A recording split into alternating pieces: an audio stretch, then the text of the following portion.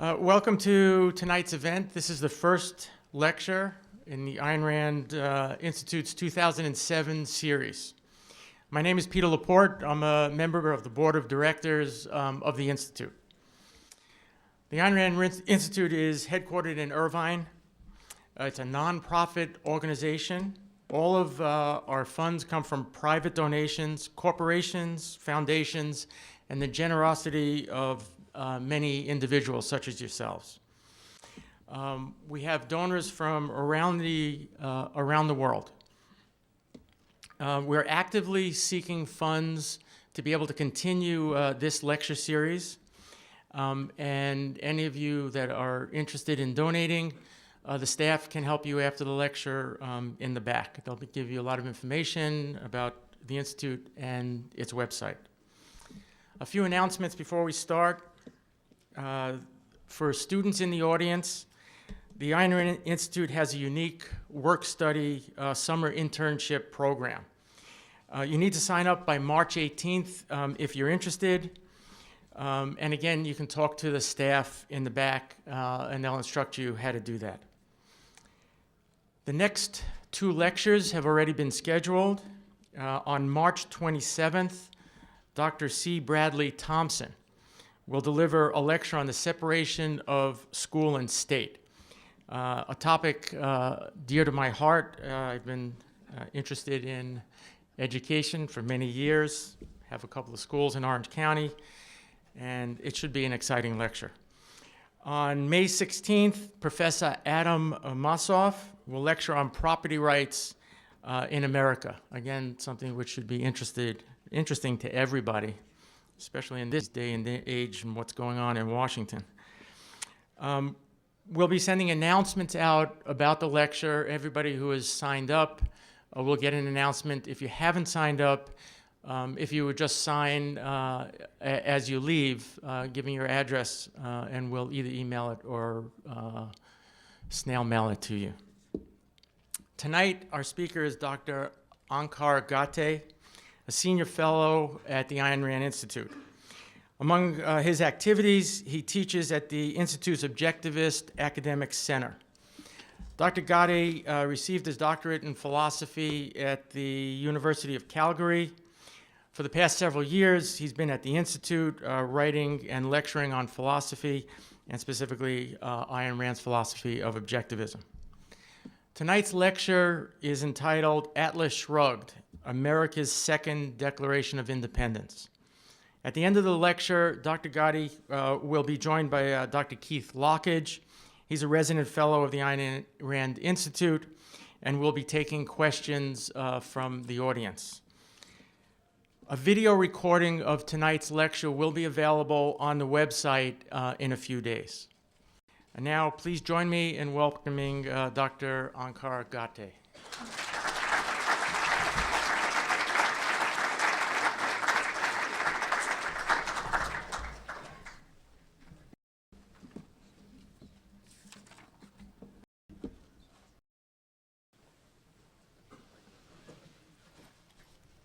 Let me just make sure again I can be heard at the back.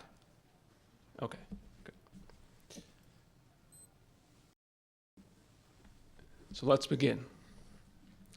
The Ayn Rand Institute's mission is no doubt an ambitious one.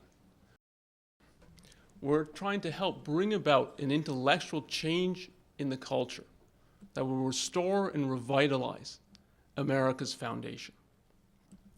And perhaps our most important activity in this regard is to get Ayn Rand's novels into the hands of Americans.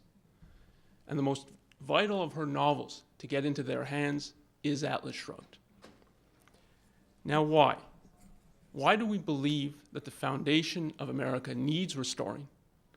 And what does a novel, a work of fiction, have to do with anything, much less with the course of a culture and the fate of a nation?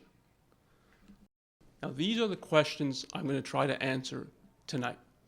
My focus is not going to be on the novels, on the details of the novel's story, and I'm going to try to avoid as many plot spoilers as I can for those who have not yet read the novel. My focus is going to be on Atlas Shrugged's cultural importance. Now, to understand that cultural importance, we must first rewind about 230 years to the birth of the nation and see what the American Revolution both accomplished and failed to accomplish. It's easy to forget how radically new an idea America is. The Founding Fathers invented a new form of government. All previous forms of government had concentrated power into the hands of the state at the expense of the individual. Theocracy placed power into the hands of priests and popes, who, as spokesmen for the supernatural, were to be obeyed without question. Monarchy placed power into the hands of a king or a queen, whose subjects lived and died by the ruler's edicts. Aristocracy placed power into the hands of a hereditary elite, who trampled on members of the lower classes. Democracy placed power into the hands of the majority, who could do whatever they wished to the minority. In all these systems, recalcitrant individuals were dealt with in the same way. They were greeted with the instruments of physical compulsion, with imprisonment, torture, death. The priests placed Galileo under house arrest and burned Bruno at the stake. The king beheaded Thomas More. The aristocrats trampled upon the individual peasants en masse, sometimes so that literally they could bathe in the peasants' blood. The Athenian democracy ordered Socrates to drink hemlock. To all such outrages, the Founding Fathers said, no more. They devised a political system that placed power into the hands of the individual at the expense of the state. The individual, they declared, possesses the inalienable rights to life, liberty, and the pursuit of happiness. The government does not stand above the individual as his master. The government stands below the individual as its servant. To secure these rights, Jefferson wrote in the Declaration of Independence, governments are instituted among men, deriving their just powers from the consent of the governed. And if a government trespasses on the rights of the individual, quote, it is the right of the people to alter or to abolish it and to institute new government, close quote. Now, in the Declaration, the Founding Fathers were, of course, declaring independence from Great Britain.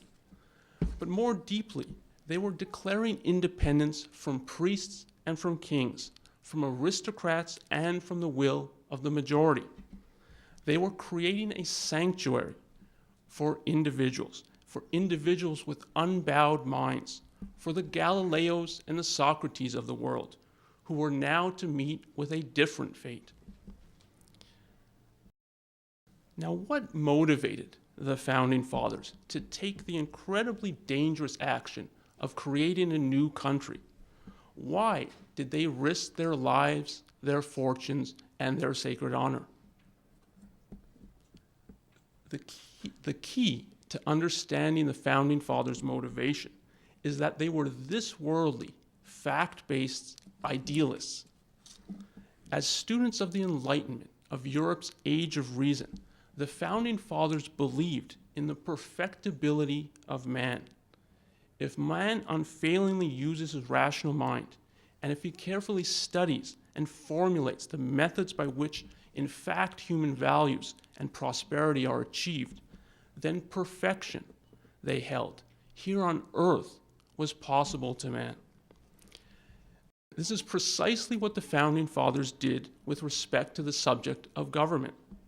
They painstakingly studied the forms and the history of governments in order to define a perfect method of governance. The result was the Constitution of the United States, along with its system of checks and balances, which were designed to prevent the emergence of any absolute power. Now, to most British subjects, British rule was good, which, comparatively speaking to the rest of the world, it was. And it was good enough. But to the Founding Fathers, good was not good enough. As idealists, they sought perfection. And when they saw the possibility for action, therefore they rebelled when few other men would have done so. Now, to burn with this type of idealism requires a profound self-esteem. It requires a spirit that wants to see perfection made real for itself and in its own life. Genuine self-esteem, not the we're all okay variety, is an earned esteem of one's own soul. It is the conviction that you are deserving of success and happiness because you are continually working to achieve these. If you wonder about the imposing stature of the Founding Fathers, of men like Washington and Jefferson, this is the key. They were men of genuine self-esteem, men who took the perfection of their own lives, mind, character, and happiness with the utmost seriousness. They were abstract thinkers and doers, men of wide and constantly expanding erudition, who were also lawyers, farmers, printers, business owners, architects, and inventors. Now, this kind of individual will jealously guard his freedom to follow his own judgment, to make his own choices, and to enjoy the values and wealth he creates. To such an individual, the issue of his own perfectibility is a daily reality, which he will allow no one to usurp. To such an individual, the idea that he is sinful or irrational or a miserable creature, desperately in need of a superior to tell him what to do, has no reality. This kind of individual will allow no king or government to dictate his convictions or dispose of his fortune and life, not for any reason or to any degree. For the Founding Fathers, the motto, live free or die, had real meaning. Without freedom, they would be dead. Their mode of existence would be dead. Their unrelenting, unbowed pursuit of their own perfection would be dead. And so they fought. The Declaration of Independence was a declaration of self-esteem. It was a declaration of self-esteem. But the Founding Fathers' achievement is eroding. They would be shocked by the power that is now concentrated in the hands of the American government at the expense of the individual. Can you imagine Jefferson submitting to building inspectors who would decide if Monticello is up to code? Or pleading with FDA officials to take an experimental drug that, according to his scientific judgment, is beneficial? Or allowing Social Security administrators to dictate how much he has to save for his retirement and where he has to invest it?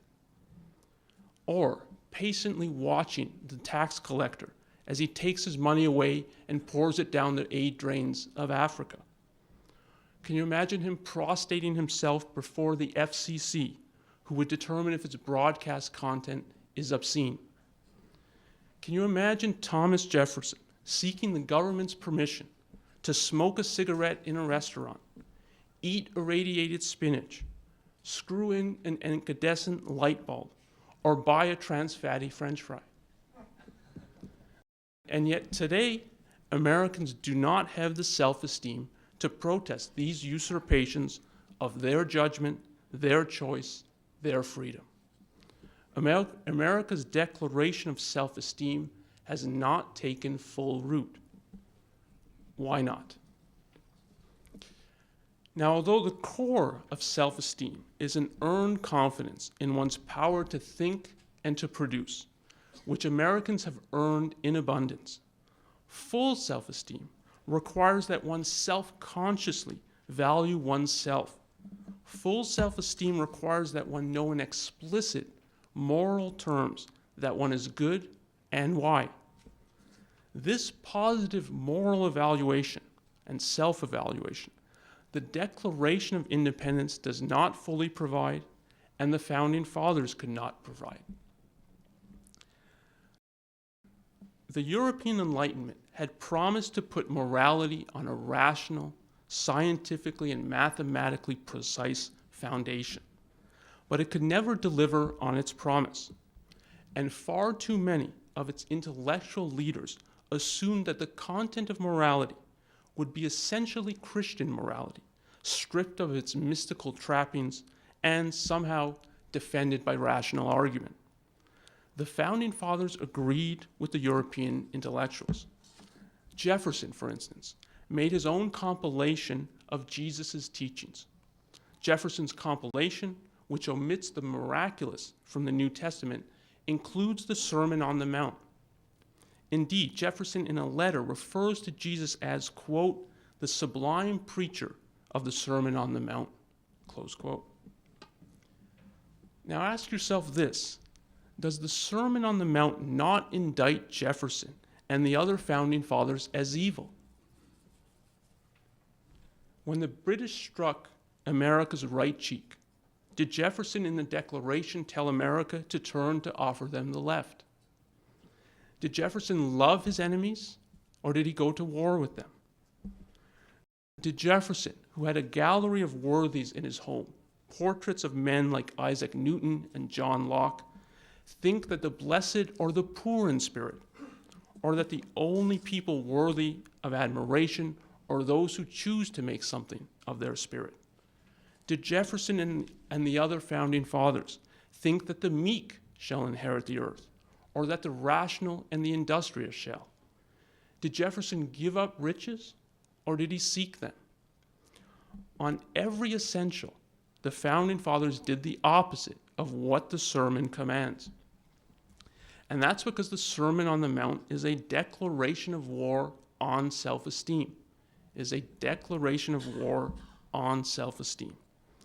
Anyone who has achieved anything and taken pride and joy in his accomplishments is condemned by Jesus.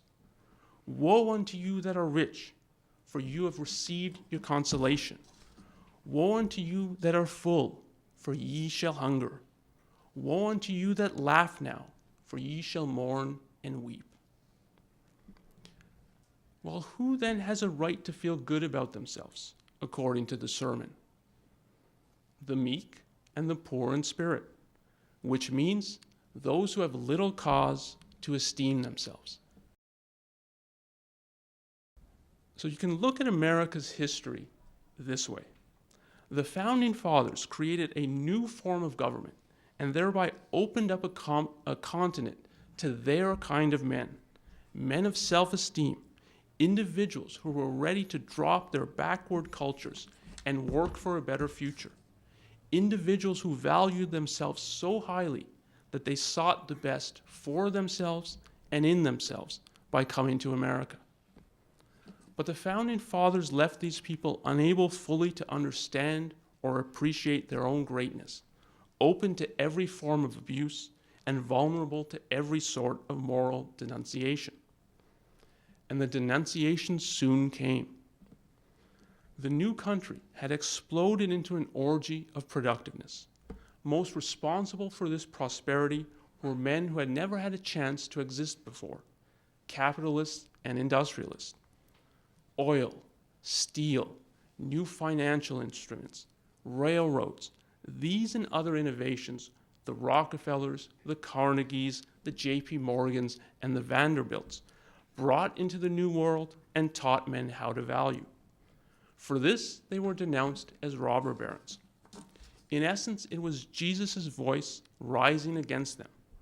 Woe unto you that are rich, for ye shall suffer. Woe unto you that build railroads and oil derricks, for ye shall mourn and weep. And more than just moral denunciations came.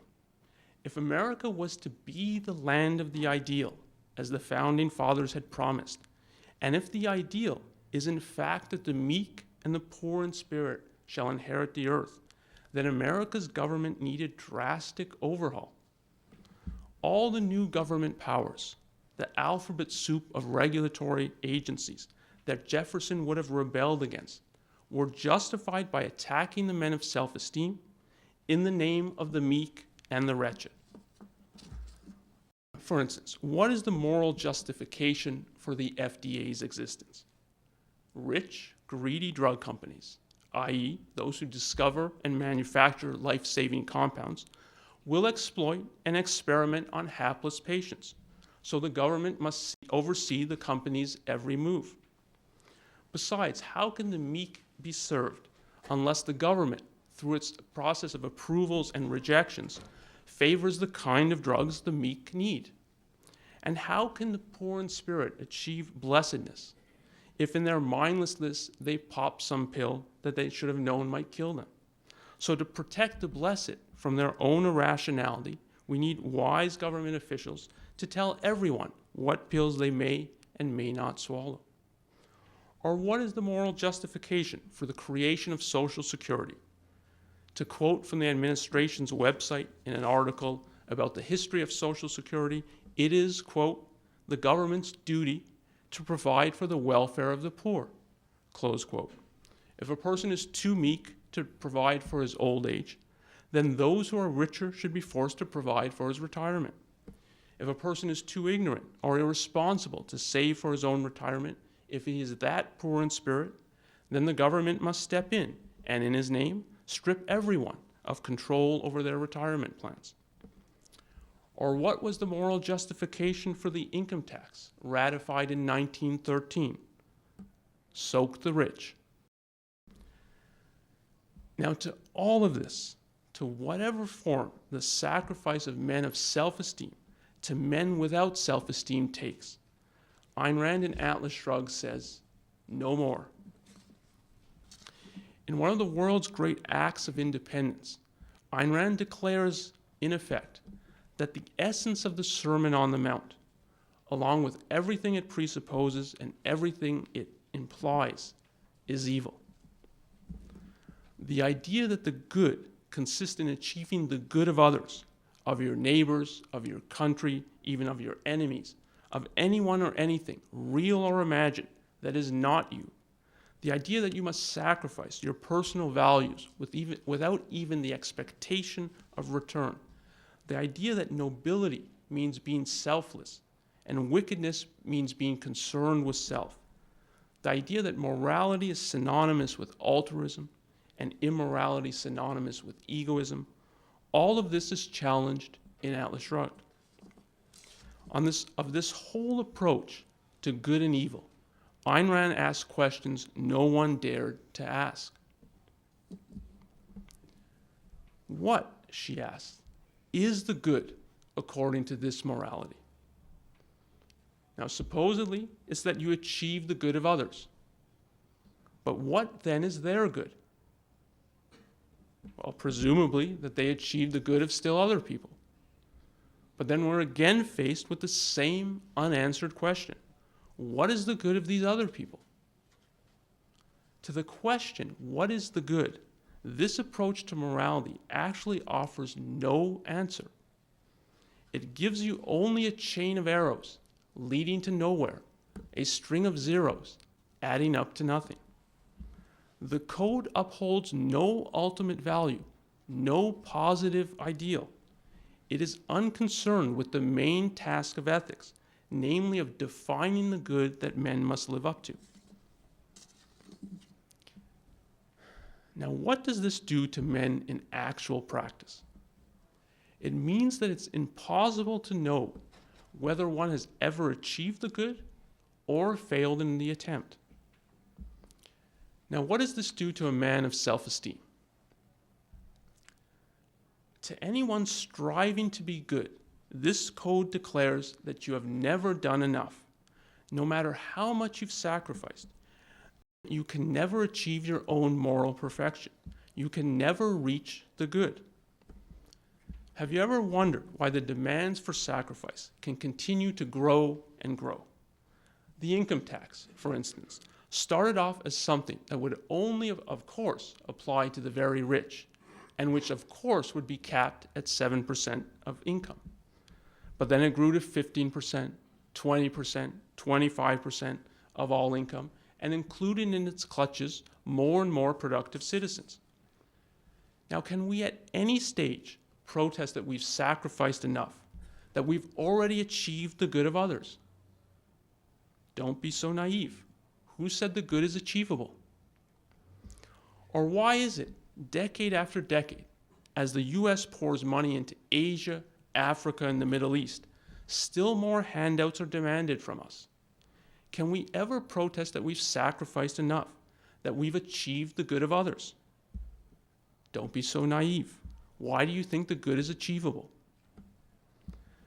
Therefore, the result to any rational person striving to be good is a state of moral anxiety, self-doubt, and guilt. No matter how much he has sacrificed, the thought haunts him that he could have sacrificed still more. Most good people, therefore, stop trying to be 100% moral, and they thereby abandon the quest for self-esteem. Now, what of the scoundrels who are actually unconcerned with being moral? No matter the nature of their concrete actions or how dreadful the outcome so far, so long as their motive is not self-interest, anything is permitted to them. Whatever they do, they retain the halo of morality. Have you ever wondered why, when the so-called humanitarians at the UN produce debacle after debacle and corruption after corruption, their power and prestige only increase? Have you ever wondered why, when government program after government program leads to disaster, when Social Security undermines a person's retirement and public education undermines a child's mind, the power of these programs only increases? Have you ever wondered why, as individuals were murdered in the thousands and tens of thousands in communist Russia and China, onlookers in the East and West alike said, "Give them more time. They may eventually achieve the good of others"? Atlas Shrugged gives us the answer. Nothing can count as failure to achieve the good of others, because nothing counts as success. To quote from Atlas, quote, "The good of others is a magic formula that transforms anything into gold, a formula to be recited as a guarantee of moral glory and as a fumigator for any action, even the slaughter of a continent. You need no proof, no reasons, no success. All you need to know is that your motive was the good of others, not your own. Your only definition of the good is a negation. The good is the non-good for me." Close quote. So what we have here is a negative morality. This code is unable to specify the nature of the good, but it does define in precise detail the nature of evil. To be concerned with advancing your own interests is evil. To escape evil, therefore, you must sacrifice your values. The concrete advice the code offers is sacrifice, sacrifice, and then sacrifice some more.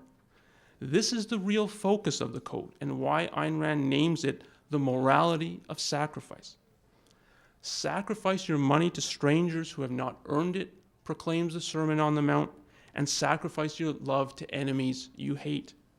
Sacrifice the values of both matter and spirit. Sacrifice, sacrifice, sacrifice."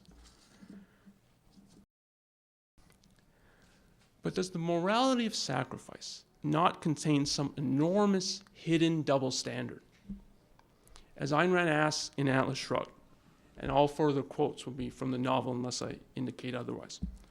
Quote, "Why is it moral to serve the happiness of others, but not your own? Why is it immoral to produce a value and keep it, but moral to give it away? And if it is not moral for you to keep a value, why is it moral for others to accept it?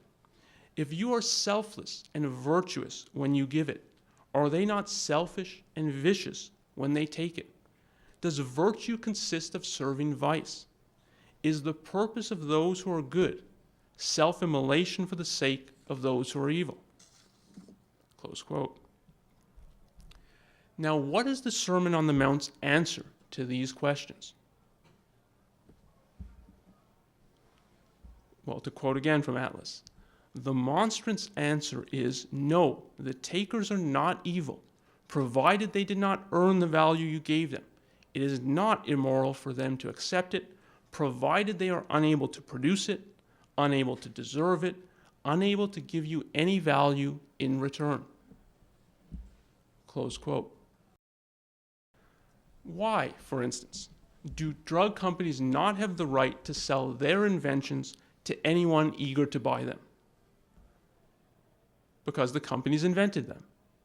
Now, why do we, the public, through the FDA, have the right to dictate what drugs these companies can and cannot sell, how they have to research, test, manufacture, and label the drugs, what uses the drugs can be prescribed for, and who can purchase them? What gives us this incredible power? The fact that we didn't invent the drugs. Or why does an employee not have the right to invest all his income as he judges best for his old age? Because he earned the money. Why do we, the public, have the right to take part of his income, pool it into a so-called insurance scheme, and dole it out to whoever supposedly needs it? Because we didn't earn the money. Quote, such is the secret core of your creed, the other half of your double standard. It is immoral to live by your own effort, but moral to live by the effort of others. It is immoral to consume your own product, but moral to consume the product of others. It is the parasites who are the moral justification for the existence of the producers, but the existence of the producers is an end in itself. Close quote. Now, if you want just one contemporary example to fix in your mind the gruesome essence of the morality of sacrifice and what it does to self-esteem, consider America's response to 9/11. When the Twin Towers collapsed, many people in the Middle East danced in the streets. But others there, although sympathetic to the revelers, sought to hide the revelry from view. They worried that the attacks had gone too far this time, and that America would refuse to suffer such an outrage. They worried that our self-esteem was not completely strangled, and that their gloating would revive it. They worried about our indignation and our wrath. And there were some signs of this on the part of the American people. There was some anger and some desire for revenge. People wanted Bush to do something. Responding to the country's mood, the administration promised a campaign of shock and awe and the extraction of infinite justice. But then, there is no doubt, Bush asked himself, what would Jesus do? Tragically, it was one of the few questions to which Bush knows the answer. Operation Infinite Justice was renamed. Gone was the extraction of justice, replaced by the goal of bringing democracy to the Middle East so that its inhabitants could elect whomever they wish, killers emphatically not excluded. A campaign of shock and awe did still materialize, but not in the way originally meant. Imagine the utter shock of the Islamic warriors and their numerous supporters when they realized that it was not US bombs dropping on their heads, but packets of lentils, barley stew, biscuits, peanut butter, and strawberry jam, along with the message, this is a food gift from the people of the United States of America. Imagine the awe they must have felt at their own power. They had attacked the Pentagon and toppled the Twin Towers, and this had brought them not US soldiers bent on their complete destruction, but US soldiers bent on rebuilding their hospitals and mosques and bringing them the vote. The young soldiers all the while dying in the process. We are proving to these people that the meek shall inherit the earth, and that blessed indeed are the poor in spirit. The power these killers feel is real. It is granted to them by the morality of sacrifice. Now, the Sermon on the Mount and all its variations through the centuries, Atlas Shrugged reveals, is a morality of evil and for evil. But it has a fatal flaw. It requires that its victims accept it. Quote, I saw that the enemy was an inverted morality and that my sanction was its only power. I saw that there comes a point in the defeat of any man of virtue when his own consent is needed for evil to win. I saw that I could put an end to your outrages by pronouncing a single word in my mind. I pronounced it. That word was no. This is the beginning of Ayn Rand's declaration of moral independence. To win one's moral independence, one must first say no to the corrupt ideal of sacrifice. One must reject as unspeakably evil any morality that demands sacrifices, whether the sacrifice of your values to the misfortune or irrationality of others, or the sacrifice of their values to your misfortune or irrationality. Whether it be a relative demanding an attention he has not earned, or the latest healthcare scheme from Washington, promising to give us something for nothing by soaking the rich, one must say no. The moment the good requires victims, it ceases to be good. To win one's moral independence, one must uphold the individual's moral right to exist, beginning with one's own. You have the right to exist, a moral right to your own life and to trying to achieve happiness within its days and years. No one has a moral right to demand that you gain his permission to exist by slavishly ministering to his needs and protecting him from his own shortcomings. No one has a claim on your life.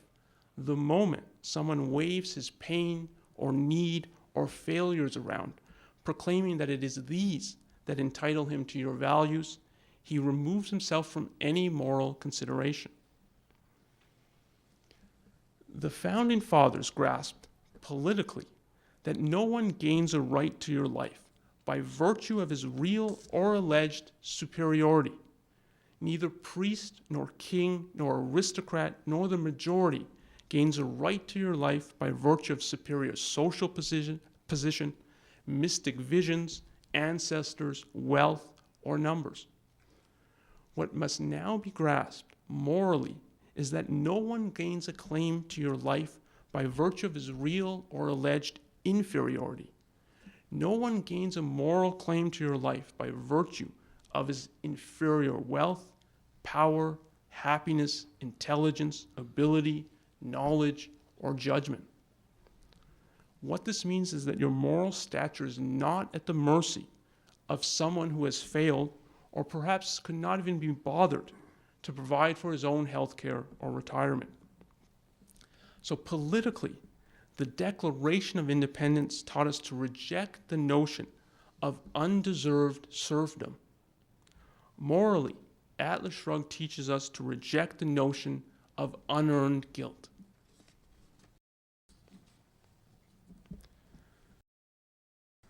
Now, in place of unearned guilt, one should embrace the nature of one's existence as an individual human being, a being that must seek and create values in order to remain vibrantly alive. This is the precondition of self-esteem, to seek in all things the best for oneself. To embrace life is to recognize that the whole act of valuing arises in the context of one's own life and the need to make it go well. From a child choosing a toy, to a teenager choosing a friend, to an adult choosing a career or a lover or a form of government, the need to do so arises from the same question: what will advance my life? The precondition of self-esteem is to refuse, as the Founding Fathers refused, to settle for anything less than the ideal in one's life. And to this quest for the ideal, morality, properly conceived, is an indispensable aid. Its task is to teach you fully what to value and how to value. Its task is to teach you how to achieve life and happiness. Atlas Shrugged accordingly offers a new conception of the moral ideal, a new conception of the sacred and the exalted, far different from that of the Sermon on the Mount. Fundamental to Atlas's new moral code are the actual requirements of life and happiness. Central to its new ideal, therefore, are the virtues of thought, production, and trade. Thought, production, and trade. Atlas Shrugged is a hymn to man's mind. Every value that man has achieved had to first be discovered by some individual mind, from picking fruits to hunting with spears to planting crops in order to harvest them only months later, from the invention of theater as a source of enjoyment and emotional fuel, to the discovery of perspective in painting, to the creation of music, and then of more and more complex harmonies and forms of composition, from the identification of the laws of motion to the formulation of the laws of logic, from the discovery of germs and antibiotics to the invention of the transistor and the computer. For each of these steps, some mind had to figure it out. This is the source of human life and happiness. To worship life, therefore, means to worship man's intelligence. And if it is one's own life that one seeks, then the development of one's intelligence becomes the most fundamental of goals. To learn to think, to make connections, and to see farther than one has so far seen. To learn to think carefully, systematically, logically, objectively. To learn to see the full implications of one's ideas. All this becomes the most important of tasks. The scope of one's knowledge and the power of one's thinking will dictate the success or failure of all one's value pursuits, from earning a university degree to succeeding as a doctor or computer programmer or CEO, to raising kids who are competent, well-behaved, and independent. For Ayn Rand, as for the Founding Fathers, abstract thought is not a game in which one cynically marvels at the alleged paradoxes of the universe. Thought, abstract thought, is purposeful. It demands a serious dedication to one's life. It demands the honesty of a mind seeking all the facts, because these and only these will dictate its conclusions about how to act. It demands the independence of a mind reaching its own verdict, no matter how many people say otherwise. It demands the integrity of a mind committed to acting on its own considered judgments. Thought is purposeful. Thought is selfish. Thought is for the sake of production. Which brings us to the second, production. The virtue of production, Atlas Shrugged shows, means a dedication to making the ideal real. It means far more than holding a job. It is a dedication to the work of, quote, remaking the earth in the image of one's values. It represents the proper union of the spiritual and material. What Atlas Shrugged shows is that the souls of an artist and of an industrialist are one and the same. The artist has a new vision of beauty, of what could be, and he strives to give it material form, to erect a sculpture of a woman, to paint a beautiful landscape, or to write Cyrano de Bergerac. The industrialist has a new vision of prosperity, of what could be, whether it be railroads crisscrossing the continent, a metal superior to steel, or a computer on every desk. And he works endlessly to bring his vision into existence. All production is born of a dedication to one's life in reality. It is the earthly form of idealism. And without it, there is no self-esteem. Now, the producer, in his dealings with other men, demands a non-sacrificial mode of existence. In issues of both matter and spirit, in money and in love, he is a trader. Quote, a trader does not ask to be paid for his failures, nor does he ask to be loved for his flaws. Just as he does not give his work except in trade for material values, so he does not give the values of his spirit, his love, his friendship, his esteem, except in payment and in trade for human virtues, in payment for his own selfish pleasure, which he receives from men he can respect. Close quote. Trade is moral, not because it achieves the welfare of the meek or the wealth of the nation. Trade's justification is not that it somehow commutes selfishness into self-sacrifice. Adam Smith's invisible hand, taken as a justification, is corrupt. Trade needs no outside justification. The justification of trade is precisely that it's trade. It's an interaction in which each person is able to pursue his self-interest. It is the only form of interaction in which men meet one another as equals, not as exploiter and exploited. What is the result? What happens when, say, you trade your paycheck for a new computer? Both parties achieve their self-interest. You both obtain something more valuable to you than that which you give up. Trade is the only form of human interaction that at once demands self-esteem. It demands that each trader be seeking the best for his own life, and in turn allows each person to preserve his self-esteem because he has neither sacrificed his self to others nor tried to cheat reality through the double standard of demanding sacrifice of others to self. Trade, production, and thought. These form the core of Atlas Shrugged's new life-based morality. Now notice how starkly this ideal contrasts to the Sermon on the Mount's religious conception of morality. Faith, hope, and charity are its virtues. Faith means belief in the absence of logic. It is the opposite of thought. Hope means that you are unable to reach the ideal, that perfection is beyond your reach, but that by God's grace you might obtain it in some alleged afterlife. It is the opposite of working to achieve the ideal in this life. It is the opposite of production. Charity means giving yourself over body and soul to your neighbor and even your enemy, with the expectation of no return. It is the opposite of trade. Jesus on the cross exhibited these virtues.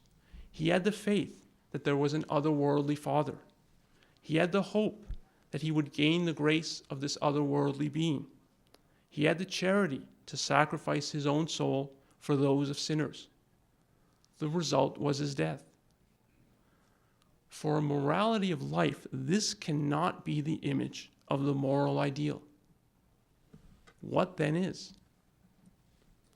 The great thinkers and producers, the men of the mind, the heroes of Atlas Shrugged, the scientists, philosophers, artists, inventors, and industrialists who make a human mode of existence possible. Individuals like Aristotle, Newton, Edison, and Rockefeller. Remember Jefferson's gallery of worthies. Who were some of the individuals included in it other than himself? Philosophers like Francis Bacon and John Locke, scientists like Isaac Newton and Benjamin Franklin, political thinkers and men of action like Voltaire, Turgot, and Thomas Paine. In Ayn Rand's terms, men of the mind.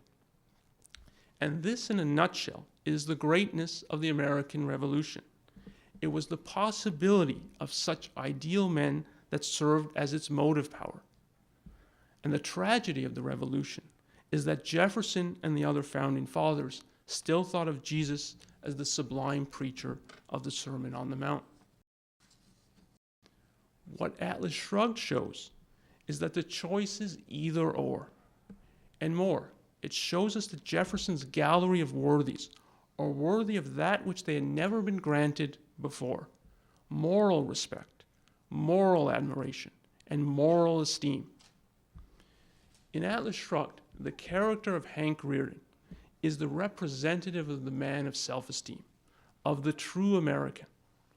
Rearden is a man of tremendous intellect, drive, and productivity, who is denounced for his ability. And although he possesses the core of self-esteem, he's hobbled by the thought that morally he's unworthy. Atlas Shrugged is a story of his liberation. To all such men of real self-esteem, Atlas Shrugged throws a lifeline from the morality of sacrifice. Quote, "They had known that theirs was the power. I taught them that theirs was the glory. Close quote. Now, why did Ayn Rand do all of this in the form of a novel? Well, precisely because her concern was the moral ideal. She wanted to give material expression to her new vision of the ideal. The form in which one does this is art. The goal of my writing, she said after Atlas Shrugged's publication, is the projection of an ideal man. Art allows one to experience the ideal made real. It allows one to inhabit that world for a time.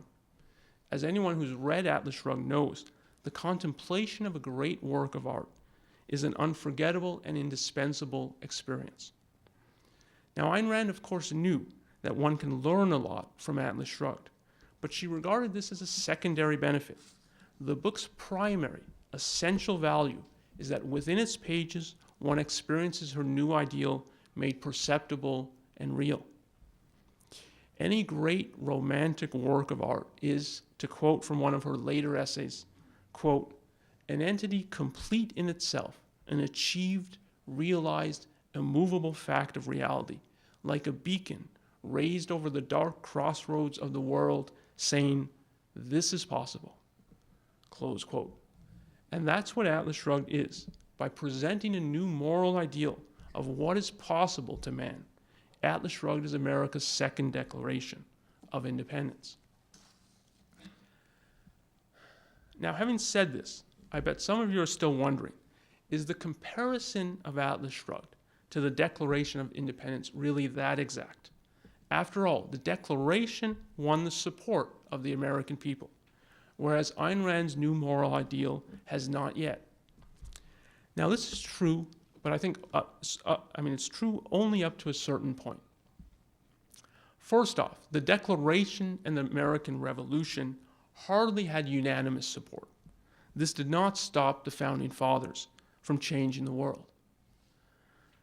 Much more importantly, however, although Americans have not yet rejected the morality of the Sermon on the Mount and embraced Ayn Rand's new morality of life, they have embraced Atlas Shrugged.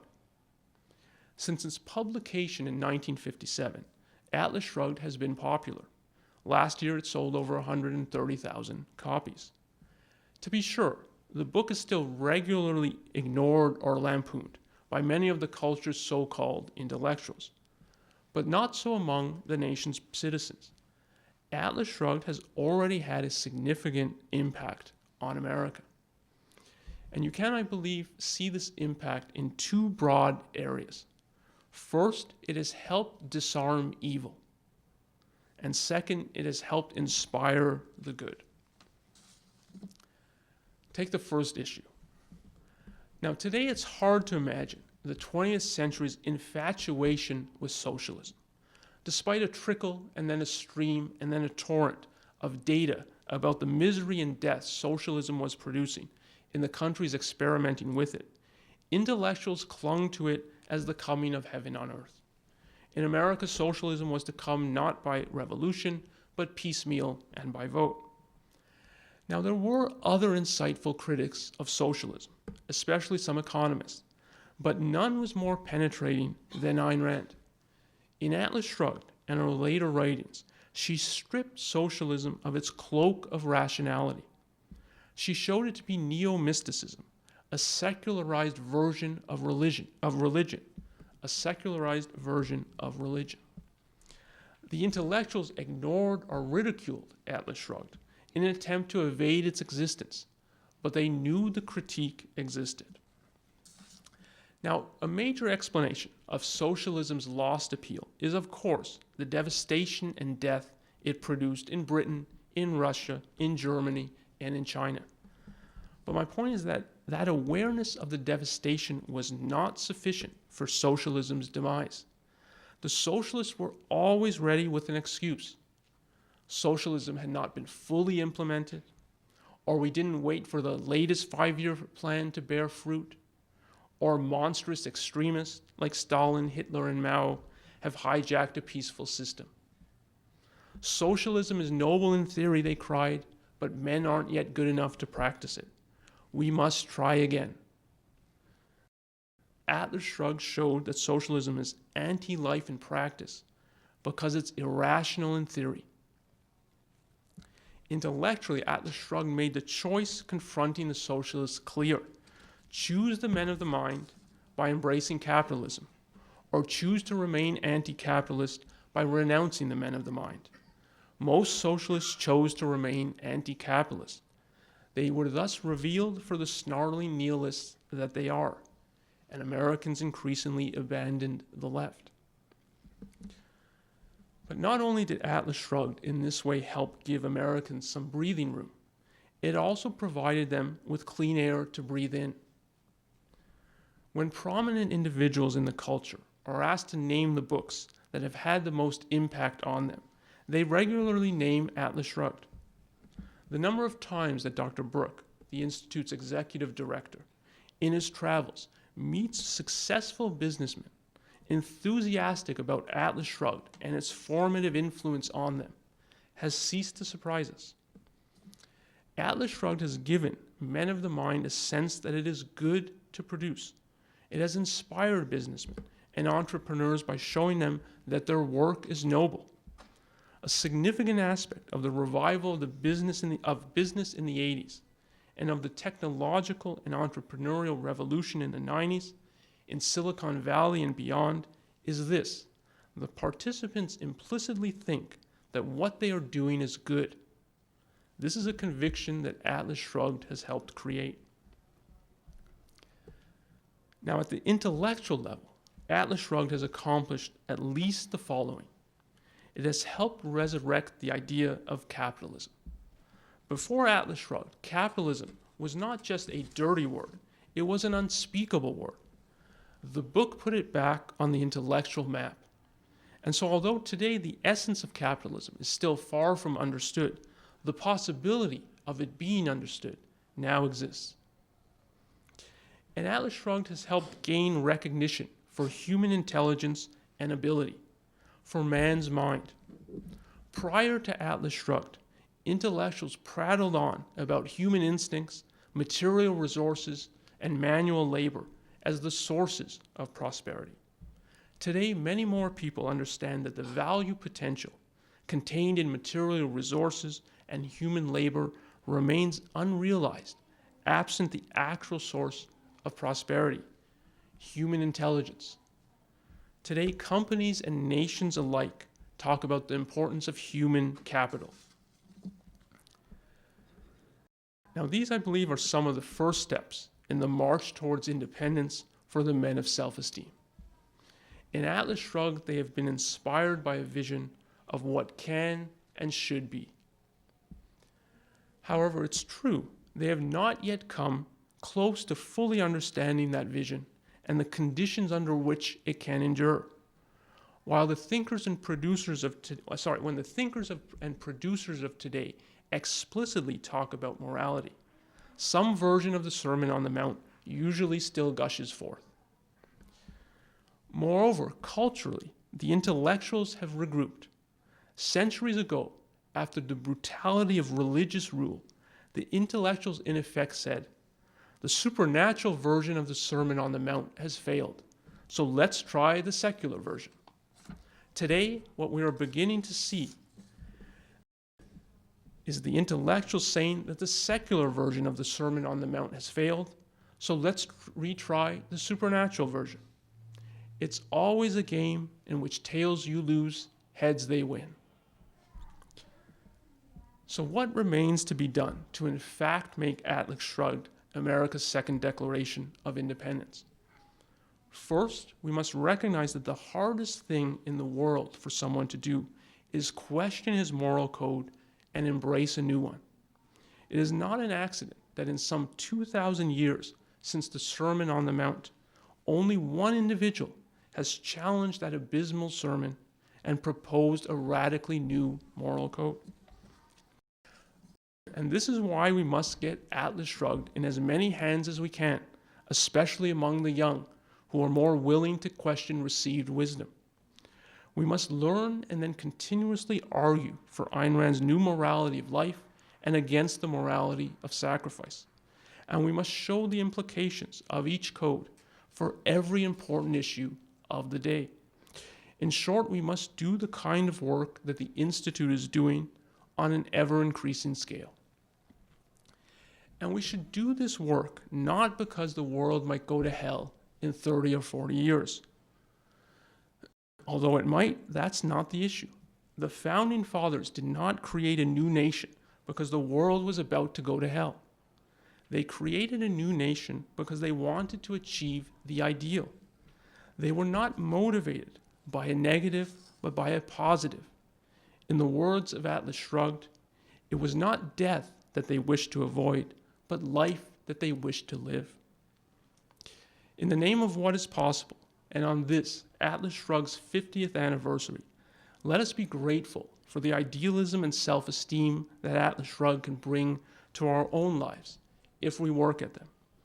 And let us take our turn now to pledge our honor to achieving the idealism and self-esteem which Atlas Shrugged alone can bring back to America.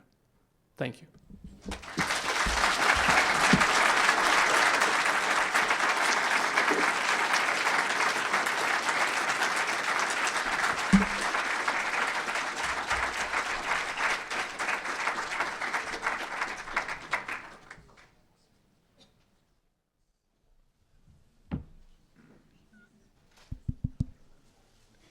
Is this on? Can you hear me? Yeah. If you have questions, please come to the mic in the middle of the room there.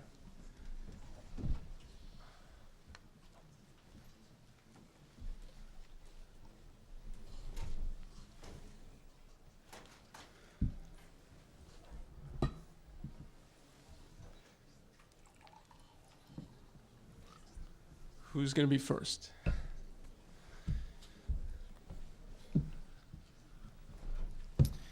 Hi. Hi. Yeah, I heard that you mentioned smoking in restaurants. I had a question about that.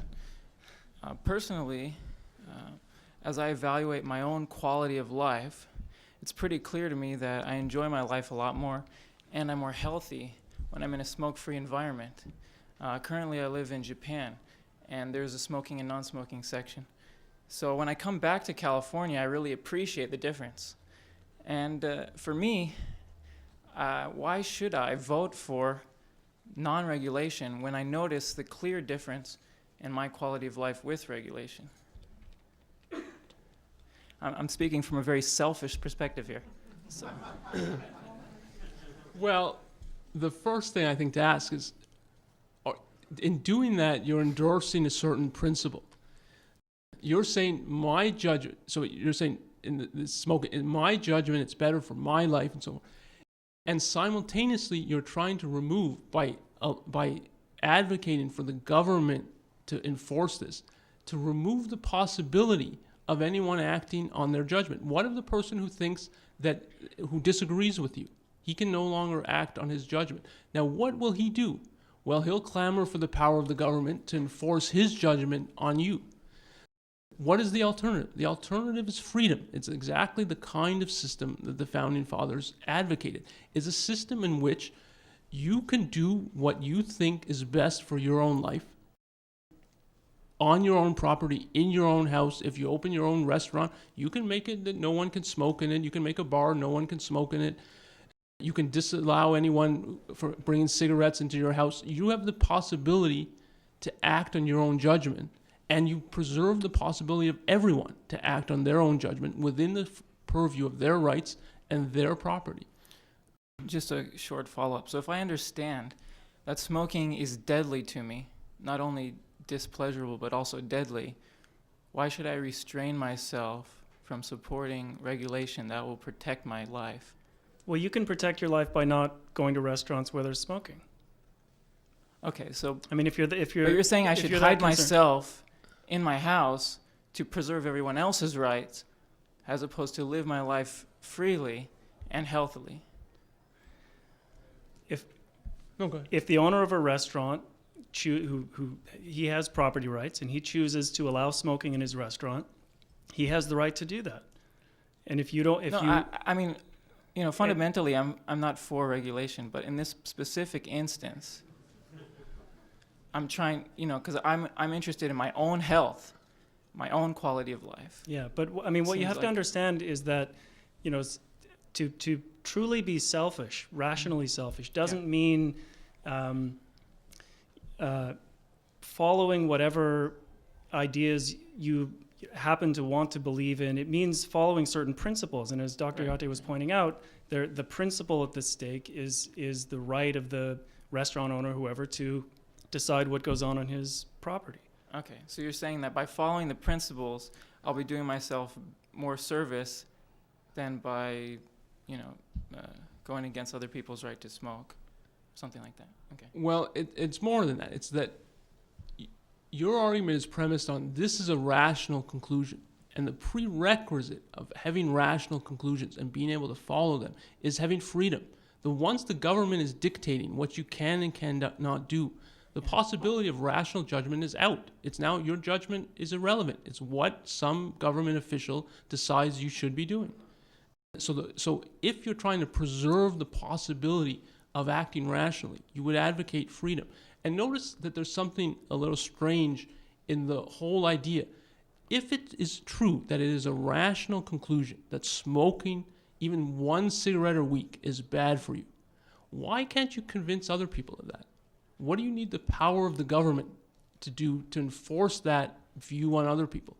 The people who resort to clamoring for the power of the government is precisely the people who know we haven't got a hope if we're trying to rationally advocate our views.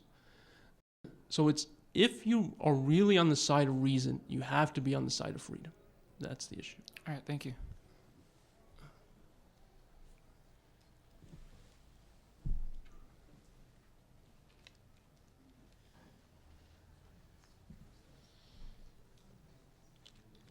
Should we do who's on first? Other questions?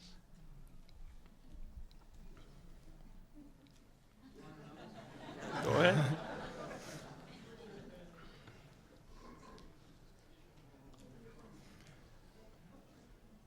I had a question about a fundamental issue. So as my understanding is that objectivism states that there are objects that we perceive separate from our perception of those objects. Is that correct? Well, this is a question we should take up after, I think, the general okay. Q&A. But I is- this is I a, didn't know if you guys wanted to just have some fun or close early. well, let me stay there. Let's give a minute to see if anyone has questions more relevant to the subject of the talk. I mean, I can answer that question, but.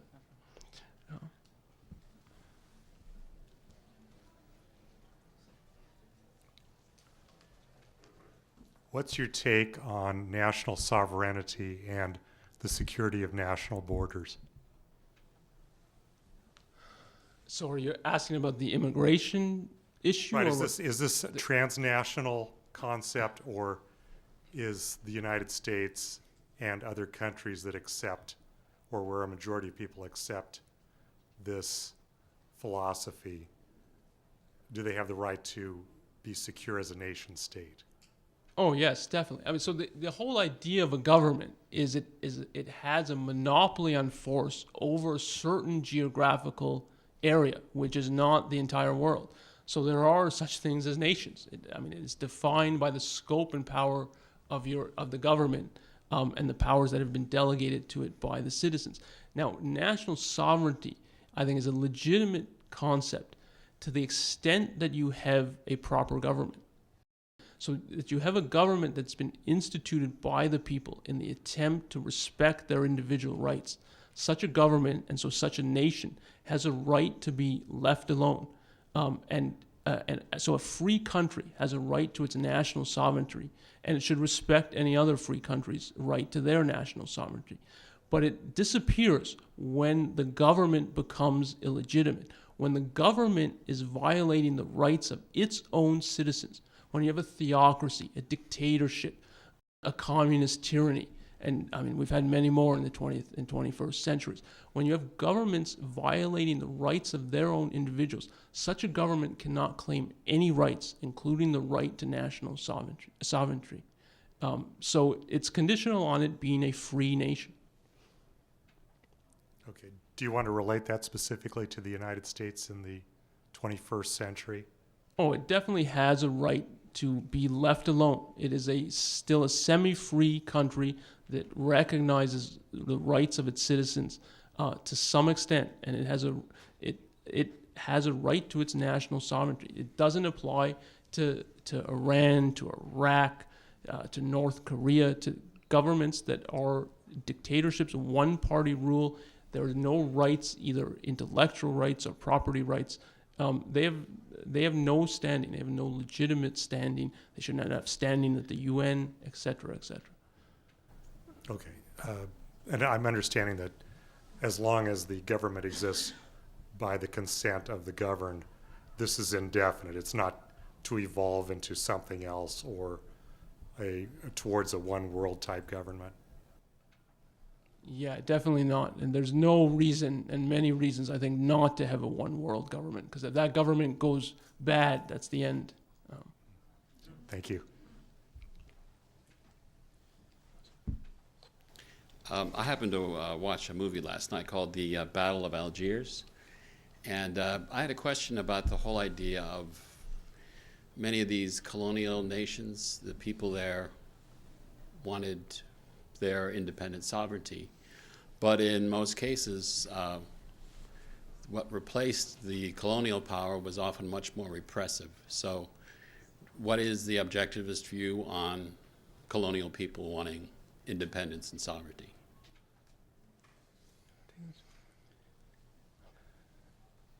I mean, I think it amounts to the answer that Dr. Ghate just gave, which is what are their reasons for wanting their own country and wanting that kind of sovereignty? If they're trying to establish a nation based on the protection of individual rights, that's great. But I mean, in the history of the 19th century and the 20th century, I mean, what you had were colonies trying to break away from their colonial powers in order to form some form of dictatorship, and that, you know, the bloody history of the 20th century is a consequence of that. Yeah, I think, let me add two things. One, there's no objectivist position on colonial peoples and power. That's an application of the philosophy to a particular issue. I don't know what Ayn Rand's actual views were on it. I mean, my views, to echo what Keith said, is that, and to echo what you said, that the people clamoring for independence or clamoring for the right to be tyrants. We want it to be our tyrants, not these colonial tyrants. Now, that is completely illegitimate. And the many supporters in the West had the same view that, well, it's an abomination that we're doing this. We're the strong oppressing the weak. Let the weak oppress themselves. They couldn't care less what happened in those countries so long as it wasn't us doing it. And I had a professor in the late 80s, early 90s, who I think was actually an honest person, who told the class once, and this is revealing, he said, you know, we in the 60s were clamoring for independence and for all these African and Asian countries. We had no idea it was going to be worse than it was. Now, they had no idea because they couldn't care less. And that is something, in my whole talk, I've talked about the issue of idealism. The socialists were not idealists. It's important to understand that. It's true of the communists, and I think it's true of religion, or at least most aspects of religion. To be an idealist is to be actually concerned with what's good. So if they were really concerned with these countries, their whole focus would have been, what will make these countries go better? And there's a simple answer to that. Give them freedom in the Constitution of the United States. Make them a copy. But they were completely unconcerned with that because the whole focus of altruism, or the whole focus of the morality of sacrifice, or the whole focus of the Sermon on the Mount is on evil. It's these colonial powers are evil. Let's stop. And they thought of it. Now, I don't actually think this is the case, but they thought that these colonial powers are actually advancing their self-interest. I don't think they were. I think in many cases it was actually harmful to the colonial powers to do what they were doing. But leave that aside. It was, these people are pursuing their self-interest. Let's stop them from doing it. What happens in Africa, what kind of mass slaughter happens afterwards, we don't care. And that is not an idealist. I'm not putting a microphone, but if Jefferson said when people find the forms not protective of their rights, they have the right to replace them with ones that they think are better, isn't that what these colonial people did? Didn't they replace? No, because they have no conception of what is better and what the actual and legitimate function of government is. So it's one gang trying to replace another gang, and there's no legitimacy to that. Thank you for your terrific talk, by the way. I was just wondering, since we're trying to hope that Atlas Shrugged becomes more popular, have you heard anything about when there will be a movie coming out? Only what I've read in the paper. Nothing? I don't know. No inside information here. I don't know anything. I would be very surprised if it gets made. I mean, the story that it's imminently in production has been going on for 25 years. So. Thanks again for your talk. I'm a big fan of the book, and I admire the Institute's goal of educating the American public through distribution of Atlas Shrugged, for instance. But after 100 years of publication, we seem to have an American public that's incapable of reading the Bill of Rights and seeing what the words mean. I fail to see what percentage of the population we're going to get through a novel of this size and depth. What are your comments on that? I'm not nearly so pessimistic. It is true. I mean, I think the greatest cause for pessimism is the dumbing down of education from grade school on up, so that you have people who are functionally illiterate, and that is much wider than they can't understand the Declaration of the Bill of Rights. They can't understand the newspaper. So that you have a population that is less and less educated. That makes it harder and harder to spread ideas because they're not open to ideas. But there is a massive contradiction in the United States between its politics and its moral views. And altruism, or the morality of sacrifice, is corrupting in all kinds of ways. And it's particularly corrupting in that the whole morality is designed so you don't think about the morality. It doesn't want questions. It doesn't want you to ask, well, what is the good? What actually is virtue? Why is it, if I sacrifice, why is it right for someone else to collect sacrifices and so forth? It doesn't want you to ask any questions. And the morality is designed to be, to put it in as a professor might put it, non-cognitive. This is morality. What does that have to do with reason and logic? And why are you bringing reason and logic into your moral discussion? So that is the real issue for why it is hard. It is hard to dislodge the morality of altruism, because people think, well, what does logic and reason have to do with morality? And that is part of what you have to remove from people. And it is a lengthy process to spread the right morality. It's the hardest thing to do. It's the thing that happens least often in the course of history, that you have a massive and significant moral change. So there's no doubt that it's challenging, but the fact that someone can't understand the Bill of Rights or doesn't fully understand what American freedom is, well, they don't get educated at all about what it is. But that doesn't mean they're not open to it if some people actually are trying to do the educating. Yeah, and another point is that a culture's intellectual climate is primarily set by its intellectual leaders. So those are the people who really need to be reached. It's not just the average kid coming out of school, who's been through 12 years of progressive education and can't read the newspaper. It's the bright students who are interested in ideas, who are interested in philosophy, who are going to college and they are going to become the future politicians, the future business leaders, the future writers, philosophers, professors. Those are the people who Atlas Shrugged could have a life-changing impact on, and we want to distribute the books as widely as possible to get as many people interested, aware of them. But the goal is there's a self-selection process where the people who it's most important to reach are the ones who then take up the ideas and decide that they want to make a career, an intellectual career, and do that themselves. So I don't think I agree with you about the state of education today, but I'm not as depressed, and I don't think it's quite as hopeless as it seems. I hope you're right. I hope we don't need an Atlas Shrugged coloring book as opposed to a movie. Hi, following up some of the questions which I asked earlier. With the current situation in the world, what should the United States do?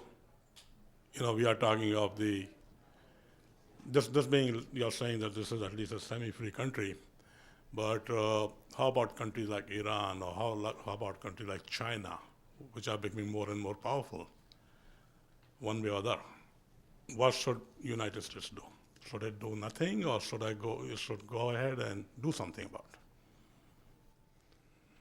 Well, I wouldn't put China and Iran into the same category. To the extent that China is freeing up its system and that its people are enjoying economic freedom, it's not a threat. There's nothing to do about it other than to encourage that happening.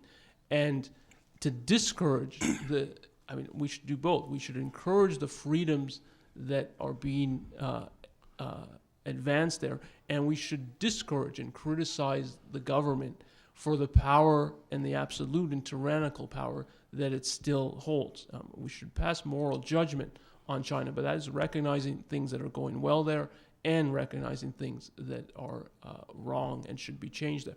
Iran is in a completely different category. Iran, we've been at war with for 25, 30 years. We just don't know it. They know it. They've been attacking us repeatedly and in any form they can get, whether in the Middle East, whether seizing our embassy in Iran itself, and we do nothing. Now, what should we do? We should respond. We should respond with force until that government is toppled, disposed of, and we should tell the people there, if you elect or however else another government comes into existence, it better be a non-threatening government. That is a government that does not threaten the United States and its citizens. And if they put back such a government, you go in again. You have a right to dispose of that whole nation, so long and to the extent that it remains a threat to the U.S. So I would put those two in very different categories. I'm not sure about China, what you are saying, because China today is what Germany was in the late 30s. Germany was using free enterprise to keep its people happy and becoming more and more powerful, while it was keeping the Nazi party to control the freedom. And this is exactly what is happening in China. China today is a communist fascist nation. And I am not as optimistic as you are. Well, but you have to look at what the philosophic climate is. I mean, you're talking about in Weimar Germany. I mean, the philosophic climate was ripe for the emergence of Nazism. And if you've read Leonard Peikoff's book, The Ominous Parallels, he explains that in great detail. Whereas, I think what you see in China is, a communist country after the fall of communism. So, I don't know what sort of ideas are bouncing around China, but I don't think, my perception is I don't see the same kind of, seething nationalism and rising, it's past its communist revolution. It's not moving toward it. Well, what is the backup strategy once it becomes very powerful and a dictator like Hitler comes and takes over China? Well, what There's I'm no saying is backup that what strategy. makes it possible for a dictator like Hitler to take over is having the right kind of philosophic climate. If that climate isn't there, the dictator isn't going to take over. Anyway. Well, I'll agree with you to this extent. I agree that China's military is still a significant threat to the U.S. and that it's one of the reasons that the U.S. should still be arming itself to the teeth. And we definitely should not allow U.S. technology and military technology to get into the hands of the Chinese, because I think that it is still uncertain what will happen there. But and that has consequences for how you deal with them in terms of foreign policy. But that it's an imminent threat, I think, is that is also questionable. But it's certainly not a friend. It is, and one has to deal with it accordingly. Hi, thanks for the lecture. My question is, I know you guys focus primarily on education, and I'm just wondering, I know Ayn Rand said something to the effect that, by the time, I believe it was something like by the time an objectivist politician would be possible, they would be practically unnecessary. And I'm just wondering, as you guys progress with ARI, at what point, or would there be a point that you guys would take a step into politics, or, would it be a funding thing, or would there be a point where you guys would consider that? I think our long range goal is to become the Ayn Rand Museum. I say that jokingly.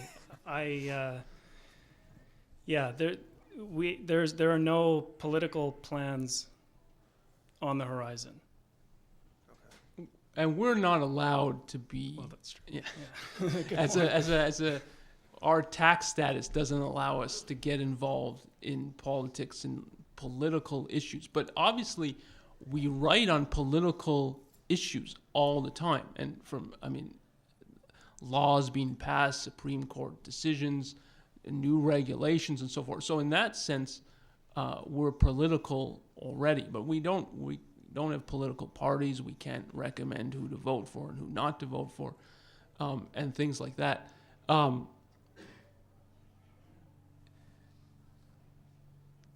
For people not at ARI, I think there are a lot of opportunities to get involved in politics and in political issues. That is not necessarily running for office nor supporting existing parties, because I don't think there are any parties worth supporting, but on individual issues, such as, for instance, abortion, and to form political action campaigns to fight the people who are trying to bring back abortion laws into this country is one obvious, and there are many others. That is one obvious issue for real political activism.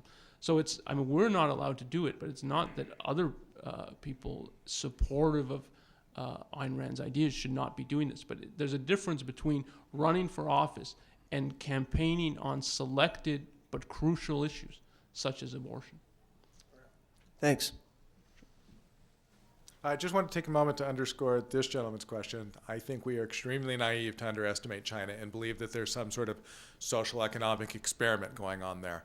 You've got a country that, as soon as people get out of line, rolls in tanks and kills them. They execute 3,000 people a year, and that government knows what it's doing. Capitalism is nothing except another tool to undermine us with our own best weapons, the same way they steal our intellectual property and they steal our military and space technology with the goal of undermining our country. There's a fierce sense of nationalism going on in that country.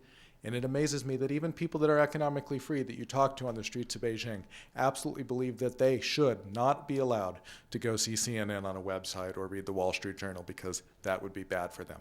China has succeeded in mixing capitalism as a weapon against us while maintaining a totally repressive government. And I think we should consider them 100 times more dangerous than Iran, because Iran is a shallow threat. China is a subtle and incredibly dangerous threat to our country. Well, one, I wouldn't downplay the threat of Iran as it's working its way to getting nuclear bombs and has many warriors, so-called terrorists, who are just agents of Iran who would willingly use them. So I would not downplay that And who threat. are killing Americans daily. As we speak. Yeah. Ignorant, brutish, straightforward fashion. Nothing like what China's doing to us by declining our national debt, by telling us. Well, death is death. I mean, it doesn't matter if you're killed with a rock on the head or a nuclear bomb. I mean, if you're dead, you're dead, and Americans are being killed. So I don't think you should you can dismiss it. Iran may, for instance, take out one city, and we may have to then finally respond when we wake up. China will undermine our entire economy and culture, and we wake up. Well, I mean, that type of economic undermining that they hold a lot of our debt and things like that, I don't think is, I think that is all bad economics. But on the issue of nationalism, I agree that there is a significant possibility that China and others in Asia go the nationalistic route. And it's, in a sense, it's because there is now a vacuum in terms of what moral / ideological system will inspire people. And though they have many of the economic freedoms in China, they don't know. They don't know the essence of what freedom is, and there aren't people telling them about it. And people need moral guidance, and they need an ideal. And if they're not offered a rational ideal, they look for some kind of substitute. And nationalism is a definite possibility. So I mean, I definitely think that it is a country one has to watch. And that is I mean, what our foreign policy should be doing. It's looking not just at existing threats, but threats that might materialize in 10, 15, 20 years. But I think it's still an open question, what happens with China? And I mean, it was easy, and many people said this about, I mean, a year or two before the Iron Curtain fell. Oh, it's impossible. You still have a government that has such a hold on its people and so forth. It is not obvious that remains true in China. And what would happen if there was some kind of confrontation between more, as you just put it, in terms of the people versus the government? What exactly would happen? Thank you for your talk. Back to the question of morality and what your organization tries to do to, I guess, overturn 2,000 years of the Sermon on the Mount morality. Before the Sermon on the Mount, the Greek and, I guess, Roman societies at the time, were they altruistic? What made it possible for the Sermon on the Mount to take hold?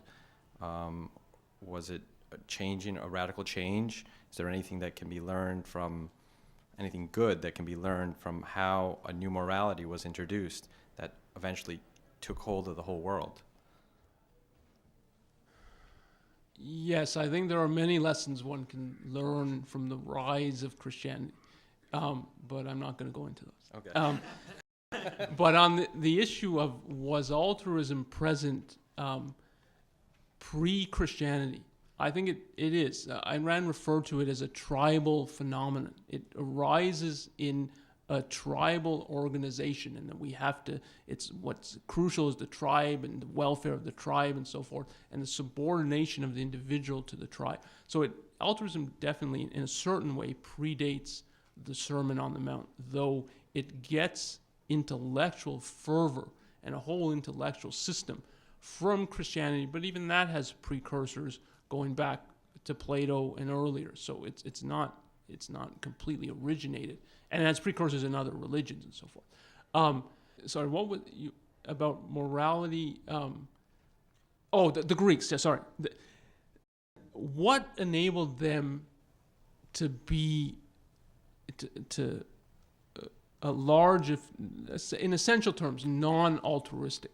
There is a relationship between the rise of reason and the downfall of altruism, or the downfall of reason and the rise of altruism. And it's the same relationship that occurs in the Renaissance and in the Enlightenment. Why is the Enlightenment, even though they can't rebel against the Sermon on the Mount, that is, there's no intellectual who comes and says, altruism from beginning to end is corrupt, we need a new morality.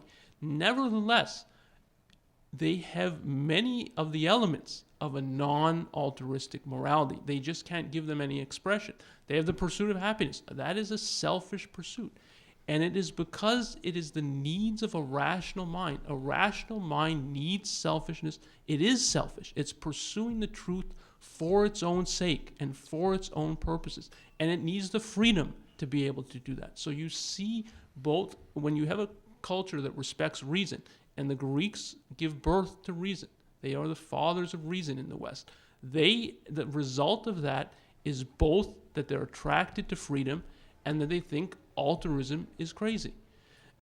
And it requires you to accept the irrational or the mystical. It requires, in the supernatural version, it requires you to think there's some otherworldly being who's commanding you to do this. Do you hear his voices? No, well, someone else hears them. Well, how do you know he hears? Well, he's an authority. No, it requires you to suspend your judgment. And once that happens, you're open, well, I can't decide for myself, someone else has to decide for myself. And so the whole focus on others comes into existence. So what you see prior to the rise of Christianity in the ancient world is the fall of reason.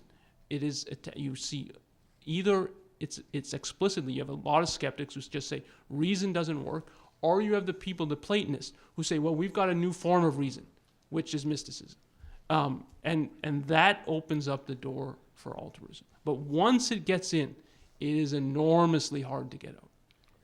It's like a termite infestation. Yeah. Thank you. I mean, I think another part of the answer also, just to speak in general terms, is that it's much more difficult to build something positive than to destroy. So if you ask, how does a crazy, irrational philosophy take hold? Well, people are ignorant, and you can appeal to all kinds of irrationalities on their part to put it over on them, to try to get people to embrace, a true rational philosophy requires of them that they think about it, that they try to apply it to their lives, and that is a much more difficult process. So, yeah. Thank you both very much. I just wanted to say one thing about China. Our publishing manager informs me that the Chinese language edition of Atlas Shrugged will be published in Beijing in May. So for those of you who are worried about China, if you want to support the spread of Atlas Shrugged in China, we can help you there. May 1st. I don't know the exact date, but May, yeah. Should have been published on 4th of July. Will they actually let people sell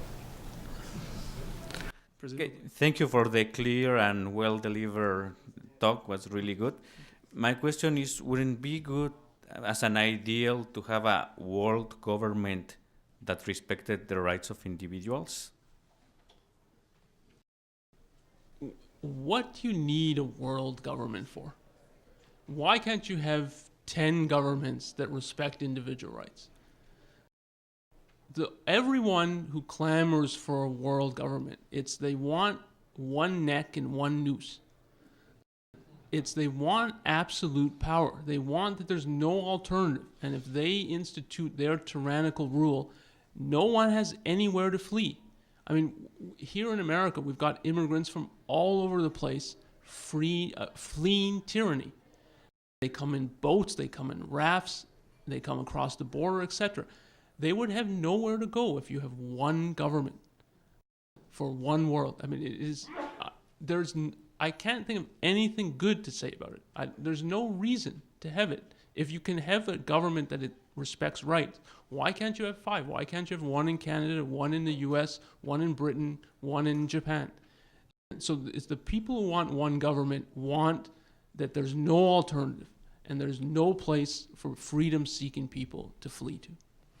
Oh, that makes sense. Wouldn't we want to have then 2 governments that respect the rights of people? Well, I mean, ultimately, we want every government on the planet to do that. But that doesn't require having one world government. I mean, it just requires spreading the right ideas across the globe. Okay, thank you. We don't want a monopoly.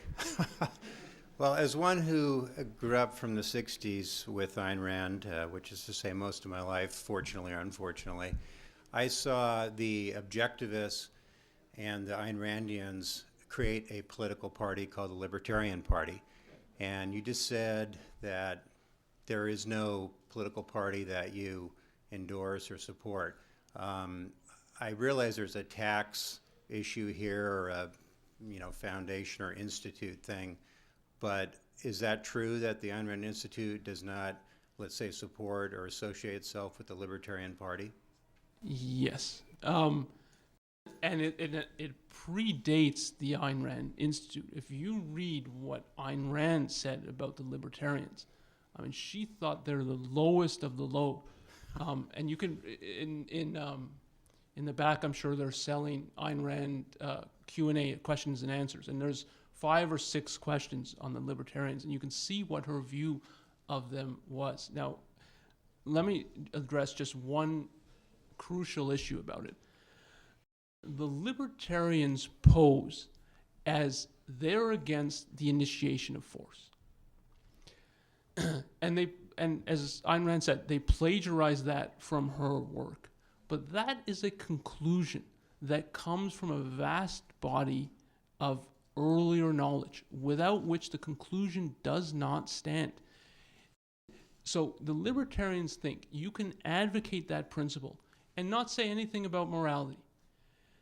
Now, just take what I talked about in this talk, altruism versus egoism. If you're an altruist, you are in favor of the initiation of force.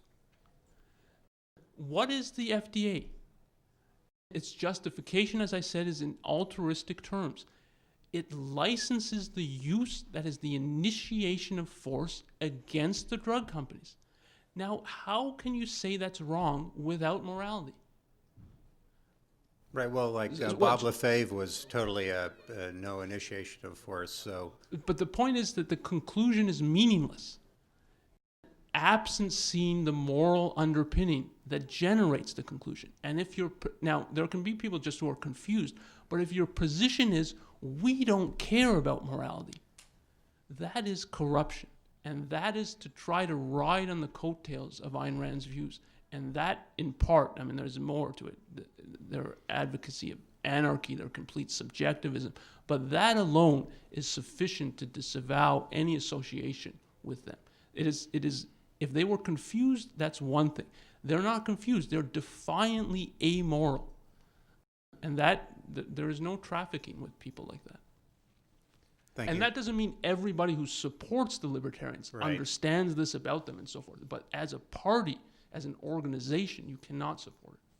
Well, they're diverse, and like any group of human beings, they certainly have their differing opinions, and they probably won't have any success until they come to some kind of cohesive agreement. Until they drop libertarianism. And pick up objectivism. Thank you. According to Rand and the objectivist policy, the only proper function of government is armies for national defense, policemen for domestic defense, and the court system. Now, the only way we are presently funding that is through taxes. Now, whether it's an income tax, a national sales tax, a value added on tax, it's still a tax. Now, according to the objectivist principles, the government has no right to even 1 penny of my earned money. So then the question is, how do you finance the courts, the armies, and the police?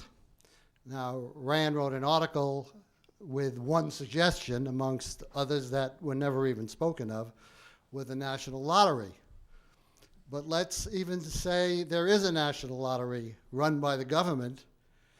What's going to stop me from creating my own national lottery that will pay better than the government's lottery, so that people will buy tickets for my lottery, and as a result, the government will have no financing? Well, then it doesn't sound like it pays better than the government's lottery. If the government is providing the courts, the police, and the military, that's pretty good return on my lottery ticket. I mean, that's sort of a half flippant answer. I mean, the point is, well, the point is that people in such a society would recognize the value of having these government functions and be willing to fund it voluntarily. And if the system that's set up is a lottery system, people will buy the lottery tickets, even if your payoff is bigger. Yeah, but you're assuming that whatever income comes to the government is going to be enough to run the courts, the armies, and the police. Precisely because it's in people's interest for those things to exist. So they'll be willing to pay for them, whether it's through a lottery. And in that article, she gives more than one suggestion about possibilities. I don't remember that, yeah. The point is that it's in their interest. I know many people who have I know people who have a lot of money who would willingly pay, if they could earmark their taxes to go to the military and to go to the police force instead of going to the SEC and the FDA and so forth, that makes their lives even more difficult than they already are. They would gladly pay the money they're paying in taxes for those things, precisely because they see it's in my interest to have a strong military and not to see the Twin Towers collapse. It's in my interest to have police and not to see criminals roaming the streets. And it's in my interest that I can have a proper court system in which my company is not subject to the mercy of juries with multi-million-dollar awards for no reason and so forth. It is in their interest. Why wouldn't they pay for it? That question, in effect, is, well, what happens if you had a free society and everyone goes around shooting themselves in the head? Well, I wouldn't ask why that. would they?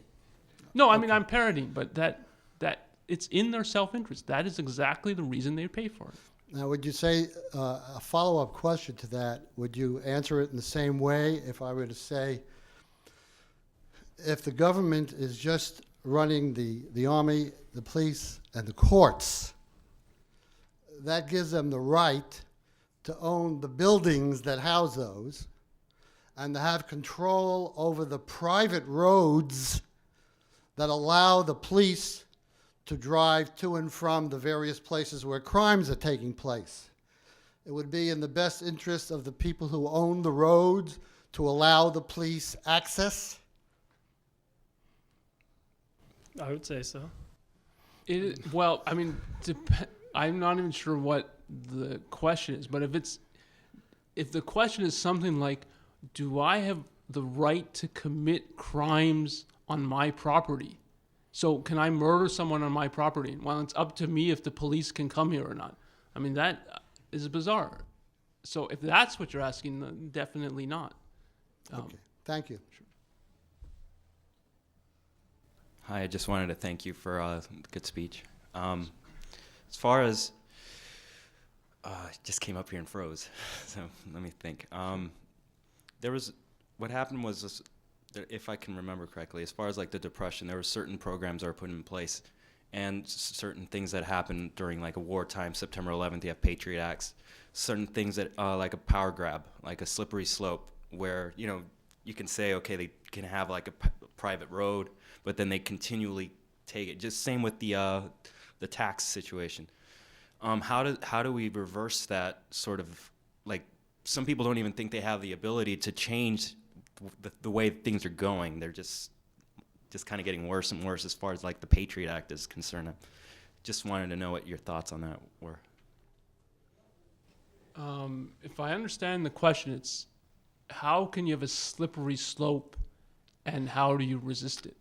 And I mean, you gave a bunch of examples. I had some examples in my talk about the income tax and things like that. A slippery slope just in this context, what it means is just the principle being enacted more and more fully. So the principle that the income tax is based on is you don't have a right to your money. And it starts off with, well, it's the very rich don't have a right, and they don't have a right to 7%. But the principle is, now it's the government that dictates how much money you can keep and how much money we can take.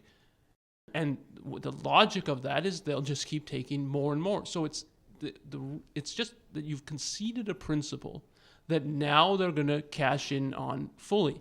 So what is the way to fight it? The way to fight it is to advocate for a different principle, not to haggle about, no, income tax should really be 20% rather than 25%.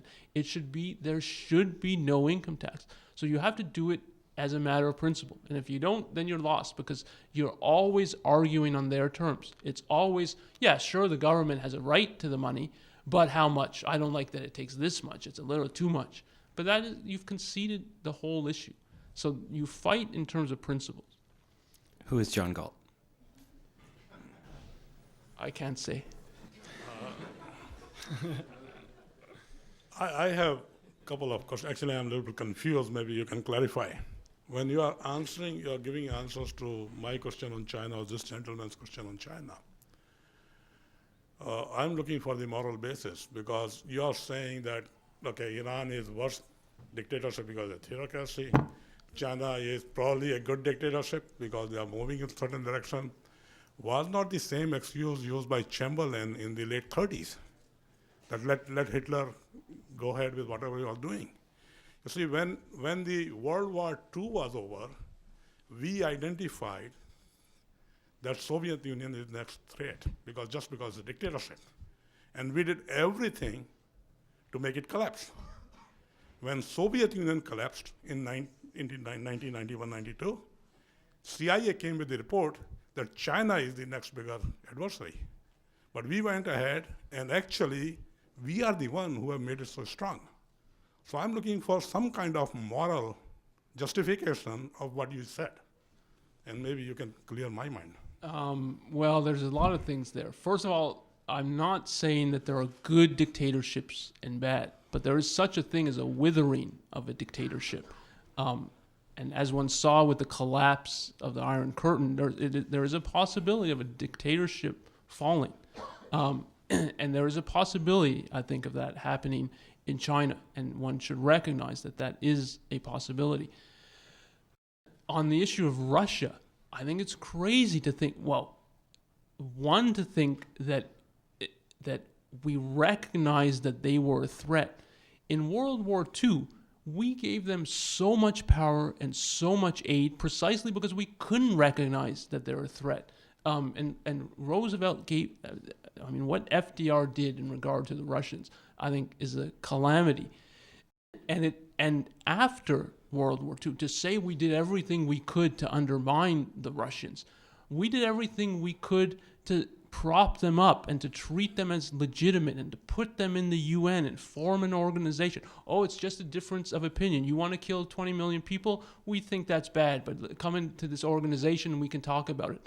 We did everything to give them moral legitimacy, and they collapsed in spite of that. That is how bankrupt communism is, that even with the U.S. and the West trying to prop it up, it still couldn't survive and still couldn't feed its people and so forth.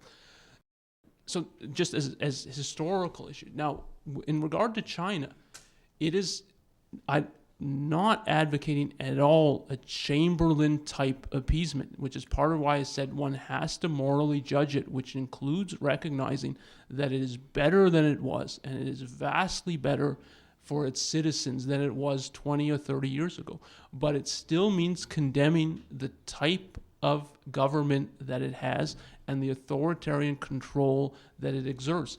And it means arming to the hilt so that if China does go bad, we are prepared for it, which is not what the British or the French did in regard to Germany. But the fact that you see a power rising does not mean that you have to actively go in and militarily take it out. It means you're armed to the hilt so that they'll be afraid of attacking you. And we definitely should do that. We should do that for China. We should do that for all the other potential threatening regimes that could arise. There is no point at which you can say, oh, we don't need a military anymore. We don't need the latest technology and so forth. The U.S. should maintain its technological lead in military issues for as long as it possibly can. Well, my problem is different. My problem is that we gave them the market to become strong, which we did not do with Soviet Union.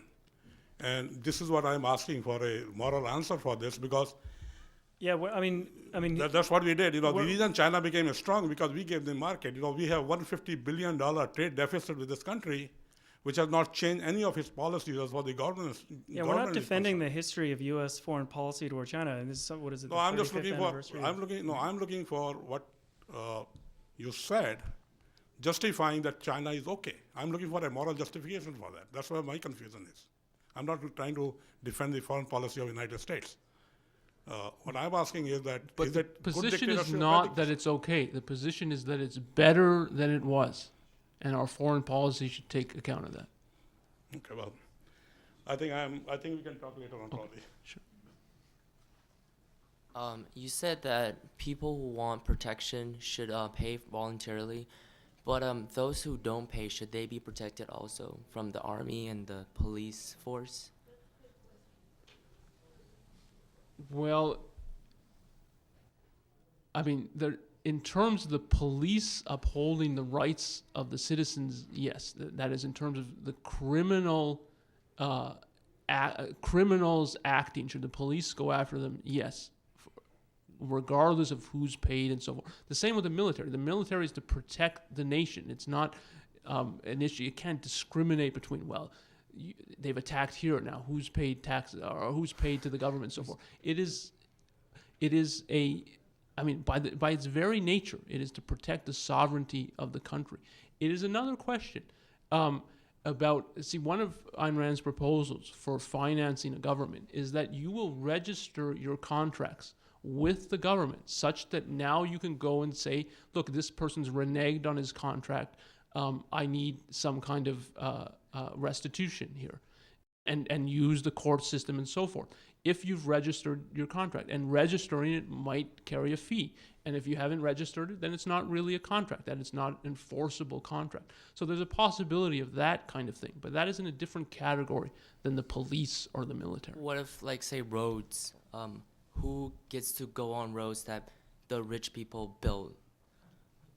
The people who own them get to sell them, which includes use. I mean, just as there are private roads all over California. Okay. But wouldn't that be inefficient? Sometimes everyone has to go through a gate. Well, all those kinds of scenarios, I think, are there's a problem in the thinking about those kinds of cases to say, well, wouldn't this be inefficient, or how could it be? This is the way it works. It's the government does something, and then there's the question, well, how could private entrepreneurs do this? They could do it in 100 different ways. If prior to the creation of UPS and FedEx, if you ask, well, how could someone compete with the post office and so forth? It is not your responsibility in advocating for freedom in a free market to figure out how every service is going to be provided. That is precisely one of the advantages of the free market. It is that you get entrepreneurs, and who knows what they'll dream of how to do this. So to think of private roads as, well, this is impossible. It's like if the government sold milk, people would ask, yeah, but how could private individuals sell milk? Milk! Thank you, I get it. And I think the same thing is true of how a government would be financed in a free society. Who knows what kinds of ingenious schemes our descendants will come up with once we have a free society. Ayn Rand gave some ideas and some leads in her article on government financing in a free society, but I don't think she intended that as, here's the blueprint. This isn't a question. It's just an anecdote of a microcosm of what we're up against in trying to disseminate Atlas Shrugged. About 35 years ago, I flew back to New York and visited a cousin and her husband. And at that time, I had read Atlas Shrugged maybe 2 times. And I said to the husband, I'd like to share with you one of the greatest values of my life. And that is Ayn Rand's Atlas Shrugged. And he said, never heard of her, never heard of it. I said, well, read it anyway.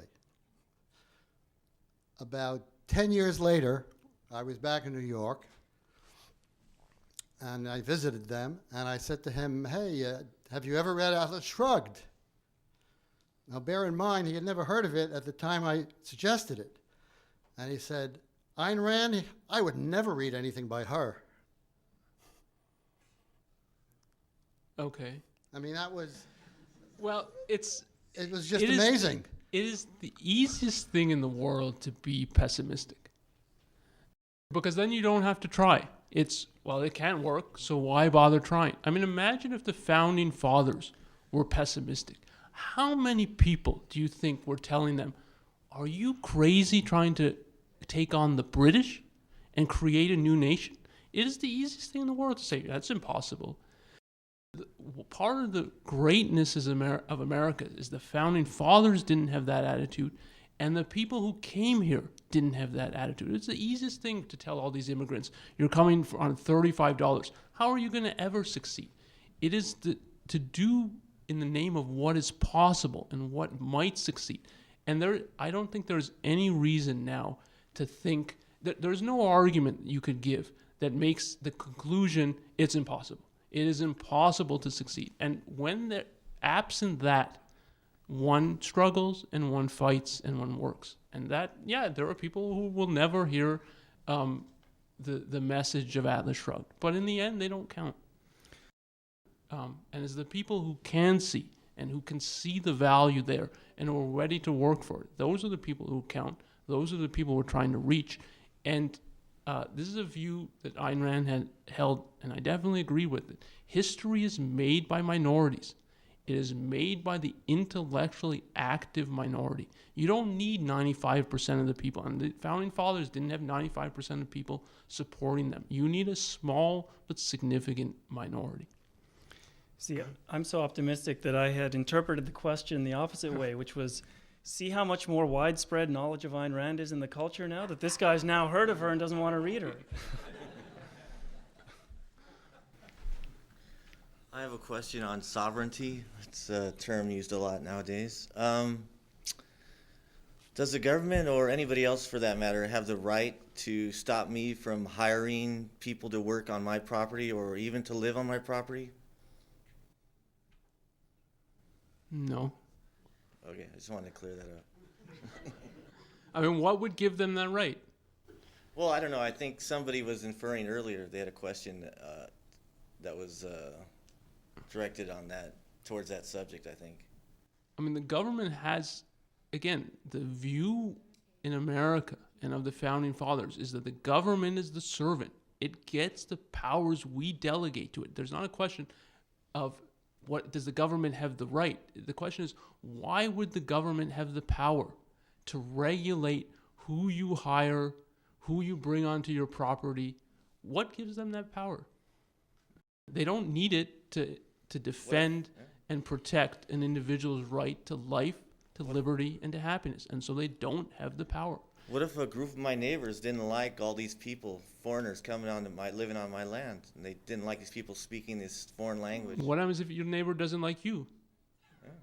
Does he have a right to send you to China or whatever? Why does he have? I mean, he doesn't like you, so what?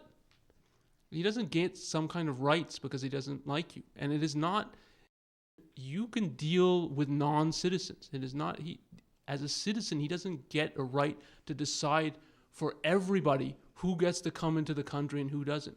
If he doesn't like these people, he shouldn't deal with them.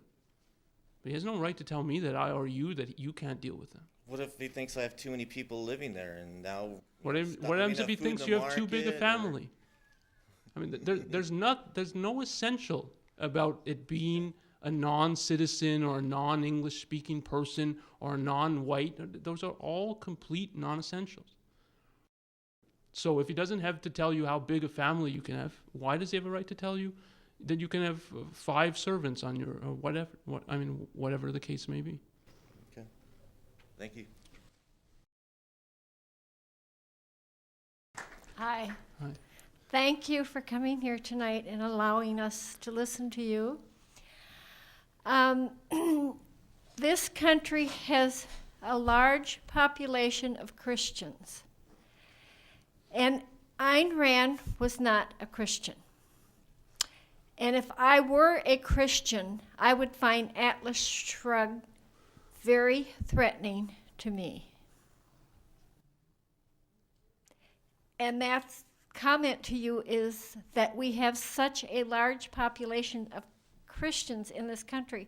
How could you take a book like that and expect to reach them? There's some interesting in the Ayn Rand Q&A, the book I referred to before, it's a collection of questions that she was asked during lectures and so forth across the years of her public speaking. She did not, and I don't either have this view, she did not have the view that all Christians are corrupt. And she found many Christians who were interested in Atlas Shrugged's ideas, who were interested in freedom, who were interested in the foundations of America.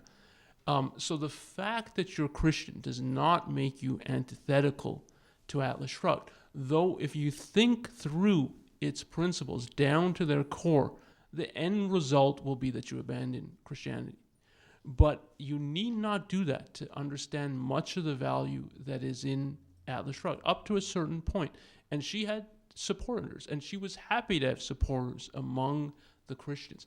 It is a different issue, though, when you have the Christian mentality that now is arising in the country that wants political power.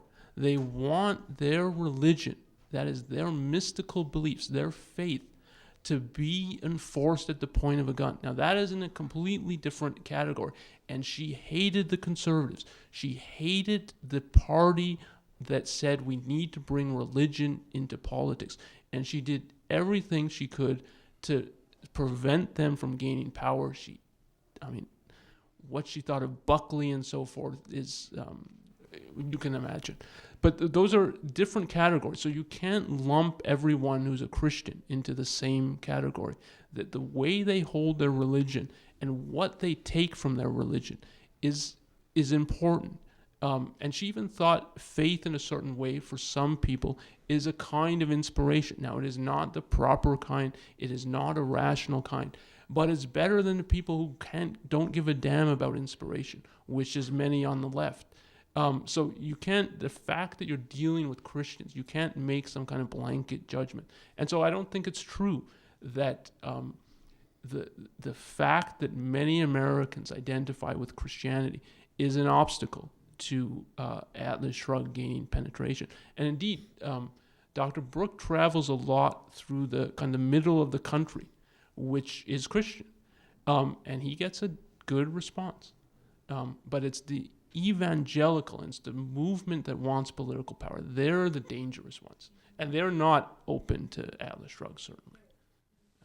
And I mean, just as an anecdote that supports this, she received a letter from a fan who was a Christian who wanted to give her $1 million toward the spread of her philosophy. Now, his condition was that she bring God into her philosophy, so she threw it in the wastebasket. But nevertheless, here's a Christian who's a fan of Atlas Shrugged, who was so inspired by her ideas that he was even willing to make this offer. So that is possible. Okay. Did our country have a right to go into Iraq, even though there weren't weapons of mass destruction found? Yes. A free country has the right to go into any dictatorship. A dictatorship has no rights. On what basis could it claim rights? It doesn't recognize the rights of its own citizens, but that is the only legitimacy for a government. A government properly, and this is the American conception, is the servant of the people. It is there to protect their rights. When its whole functioning is to violate their rights, what kind of respect can it claim? So anyone could go into Iraq and dispose of that government. Now, that's a different question than should we have. But there are also, Iraq was a threat. It tried to assassinate one of our presidents and many. So it was a threat. Was it the most significant threat? No. Did we go into it precisely because it wasn't Islamic? Yes. Are we going to bring Islam there? Yes. Is that good? No. So, there's 100 things you can criticize about Iraq and why we're there and what we're doing. And I criticize it. But not on the basis, we had no right because they have sovereignty and who are we to go into there? That is the left and that is corrupt. Was it right for us to give control of the oil fields to their government? What should we do with their oil fields? What do you think would be the best thing to do now that we're there? You want to restore them to the Western companies from whom they were nationalized in the 50s? Yeah, I mean, I would put them up for auction and use the proceeds to pay for our military operation.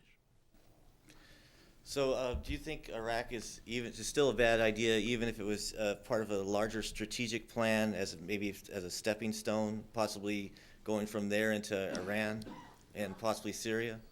But that is just a military issue, to say it's a stepping stone. So did we need bases there and so forth? I would leave that completely open to the military if the goal were, that is, if our civilian administration had given them the goal to defeat the Islamic totalitarians and not to go and spread democracy. But if it's a step towards complete disaster.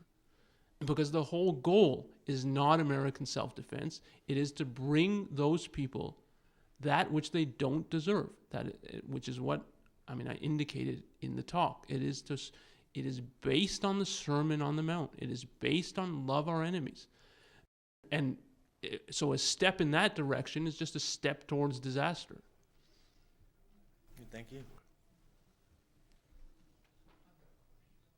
A follow-up to this gentleman's question that was just raised. If now that we are in Iraq and we're trying to impose this democracy in that country, and according to what I hear, about 2 weeks ago they had a poll of the Iraqi citizens. 62% said that they wanted the United States to leave immediately. And the question I have, if that's the case now under a democracy, should we get out immediately?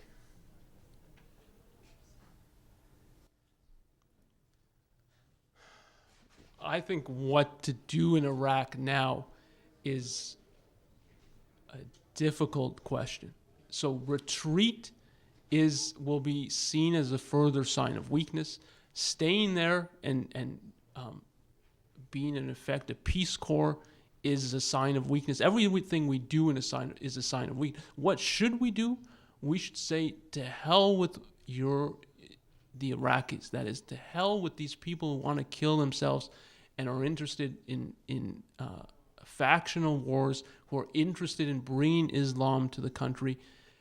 And we should go after our actual enemy in the Middle East, which is Iran, and the country that has inspired all the people who are now eager to shed American blood in the name of Islam. That's what we should do, but there's no possibility of that being done. But if you ask, what should we do in Iraq? We should take the soldiers and go after Iran. No, what I'm saying is, should we accede to the will of the democratic people? We're not a democracy, and properly an American government should not be in support of democracy. Democracy means the unlimited rule of the majority. So it means the tyranny of the majority. There's no difference for the individual, such as Socrates, whether he's put to death by a king or by a majority. He's put to death. To put power, absolute power, in the hands of a majority is corrupt. And that's our goal, and what we're doing in the Middle East is part of the corruption of our foreign policy. Okay.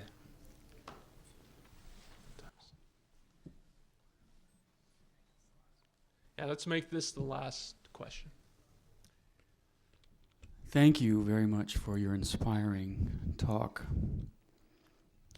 I just wanted to point out something you've already pointed out, and it's simply this. Not only is it possible, but because of Ayn Rand, her work, and the two of you sitting right there, it's actual, as well as all the workers of the Institute who are here and who are not here.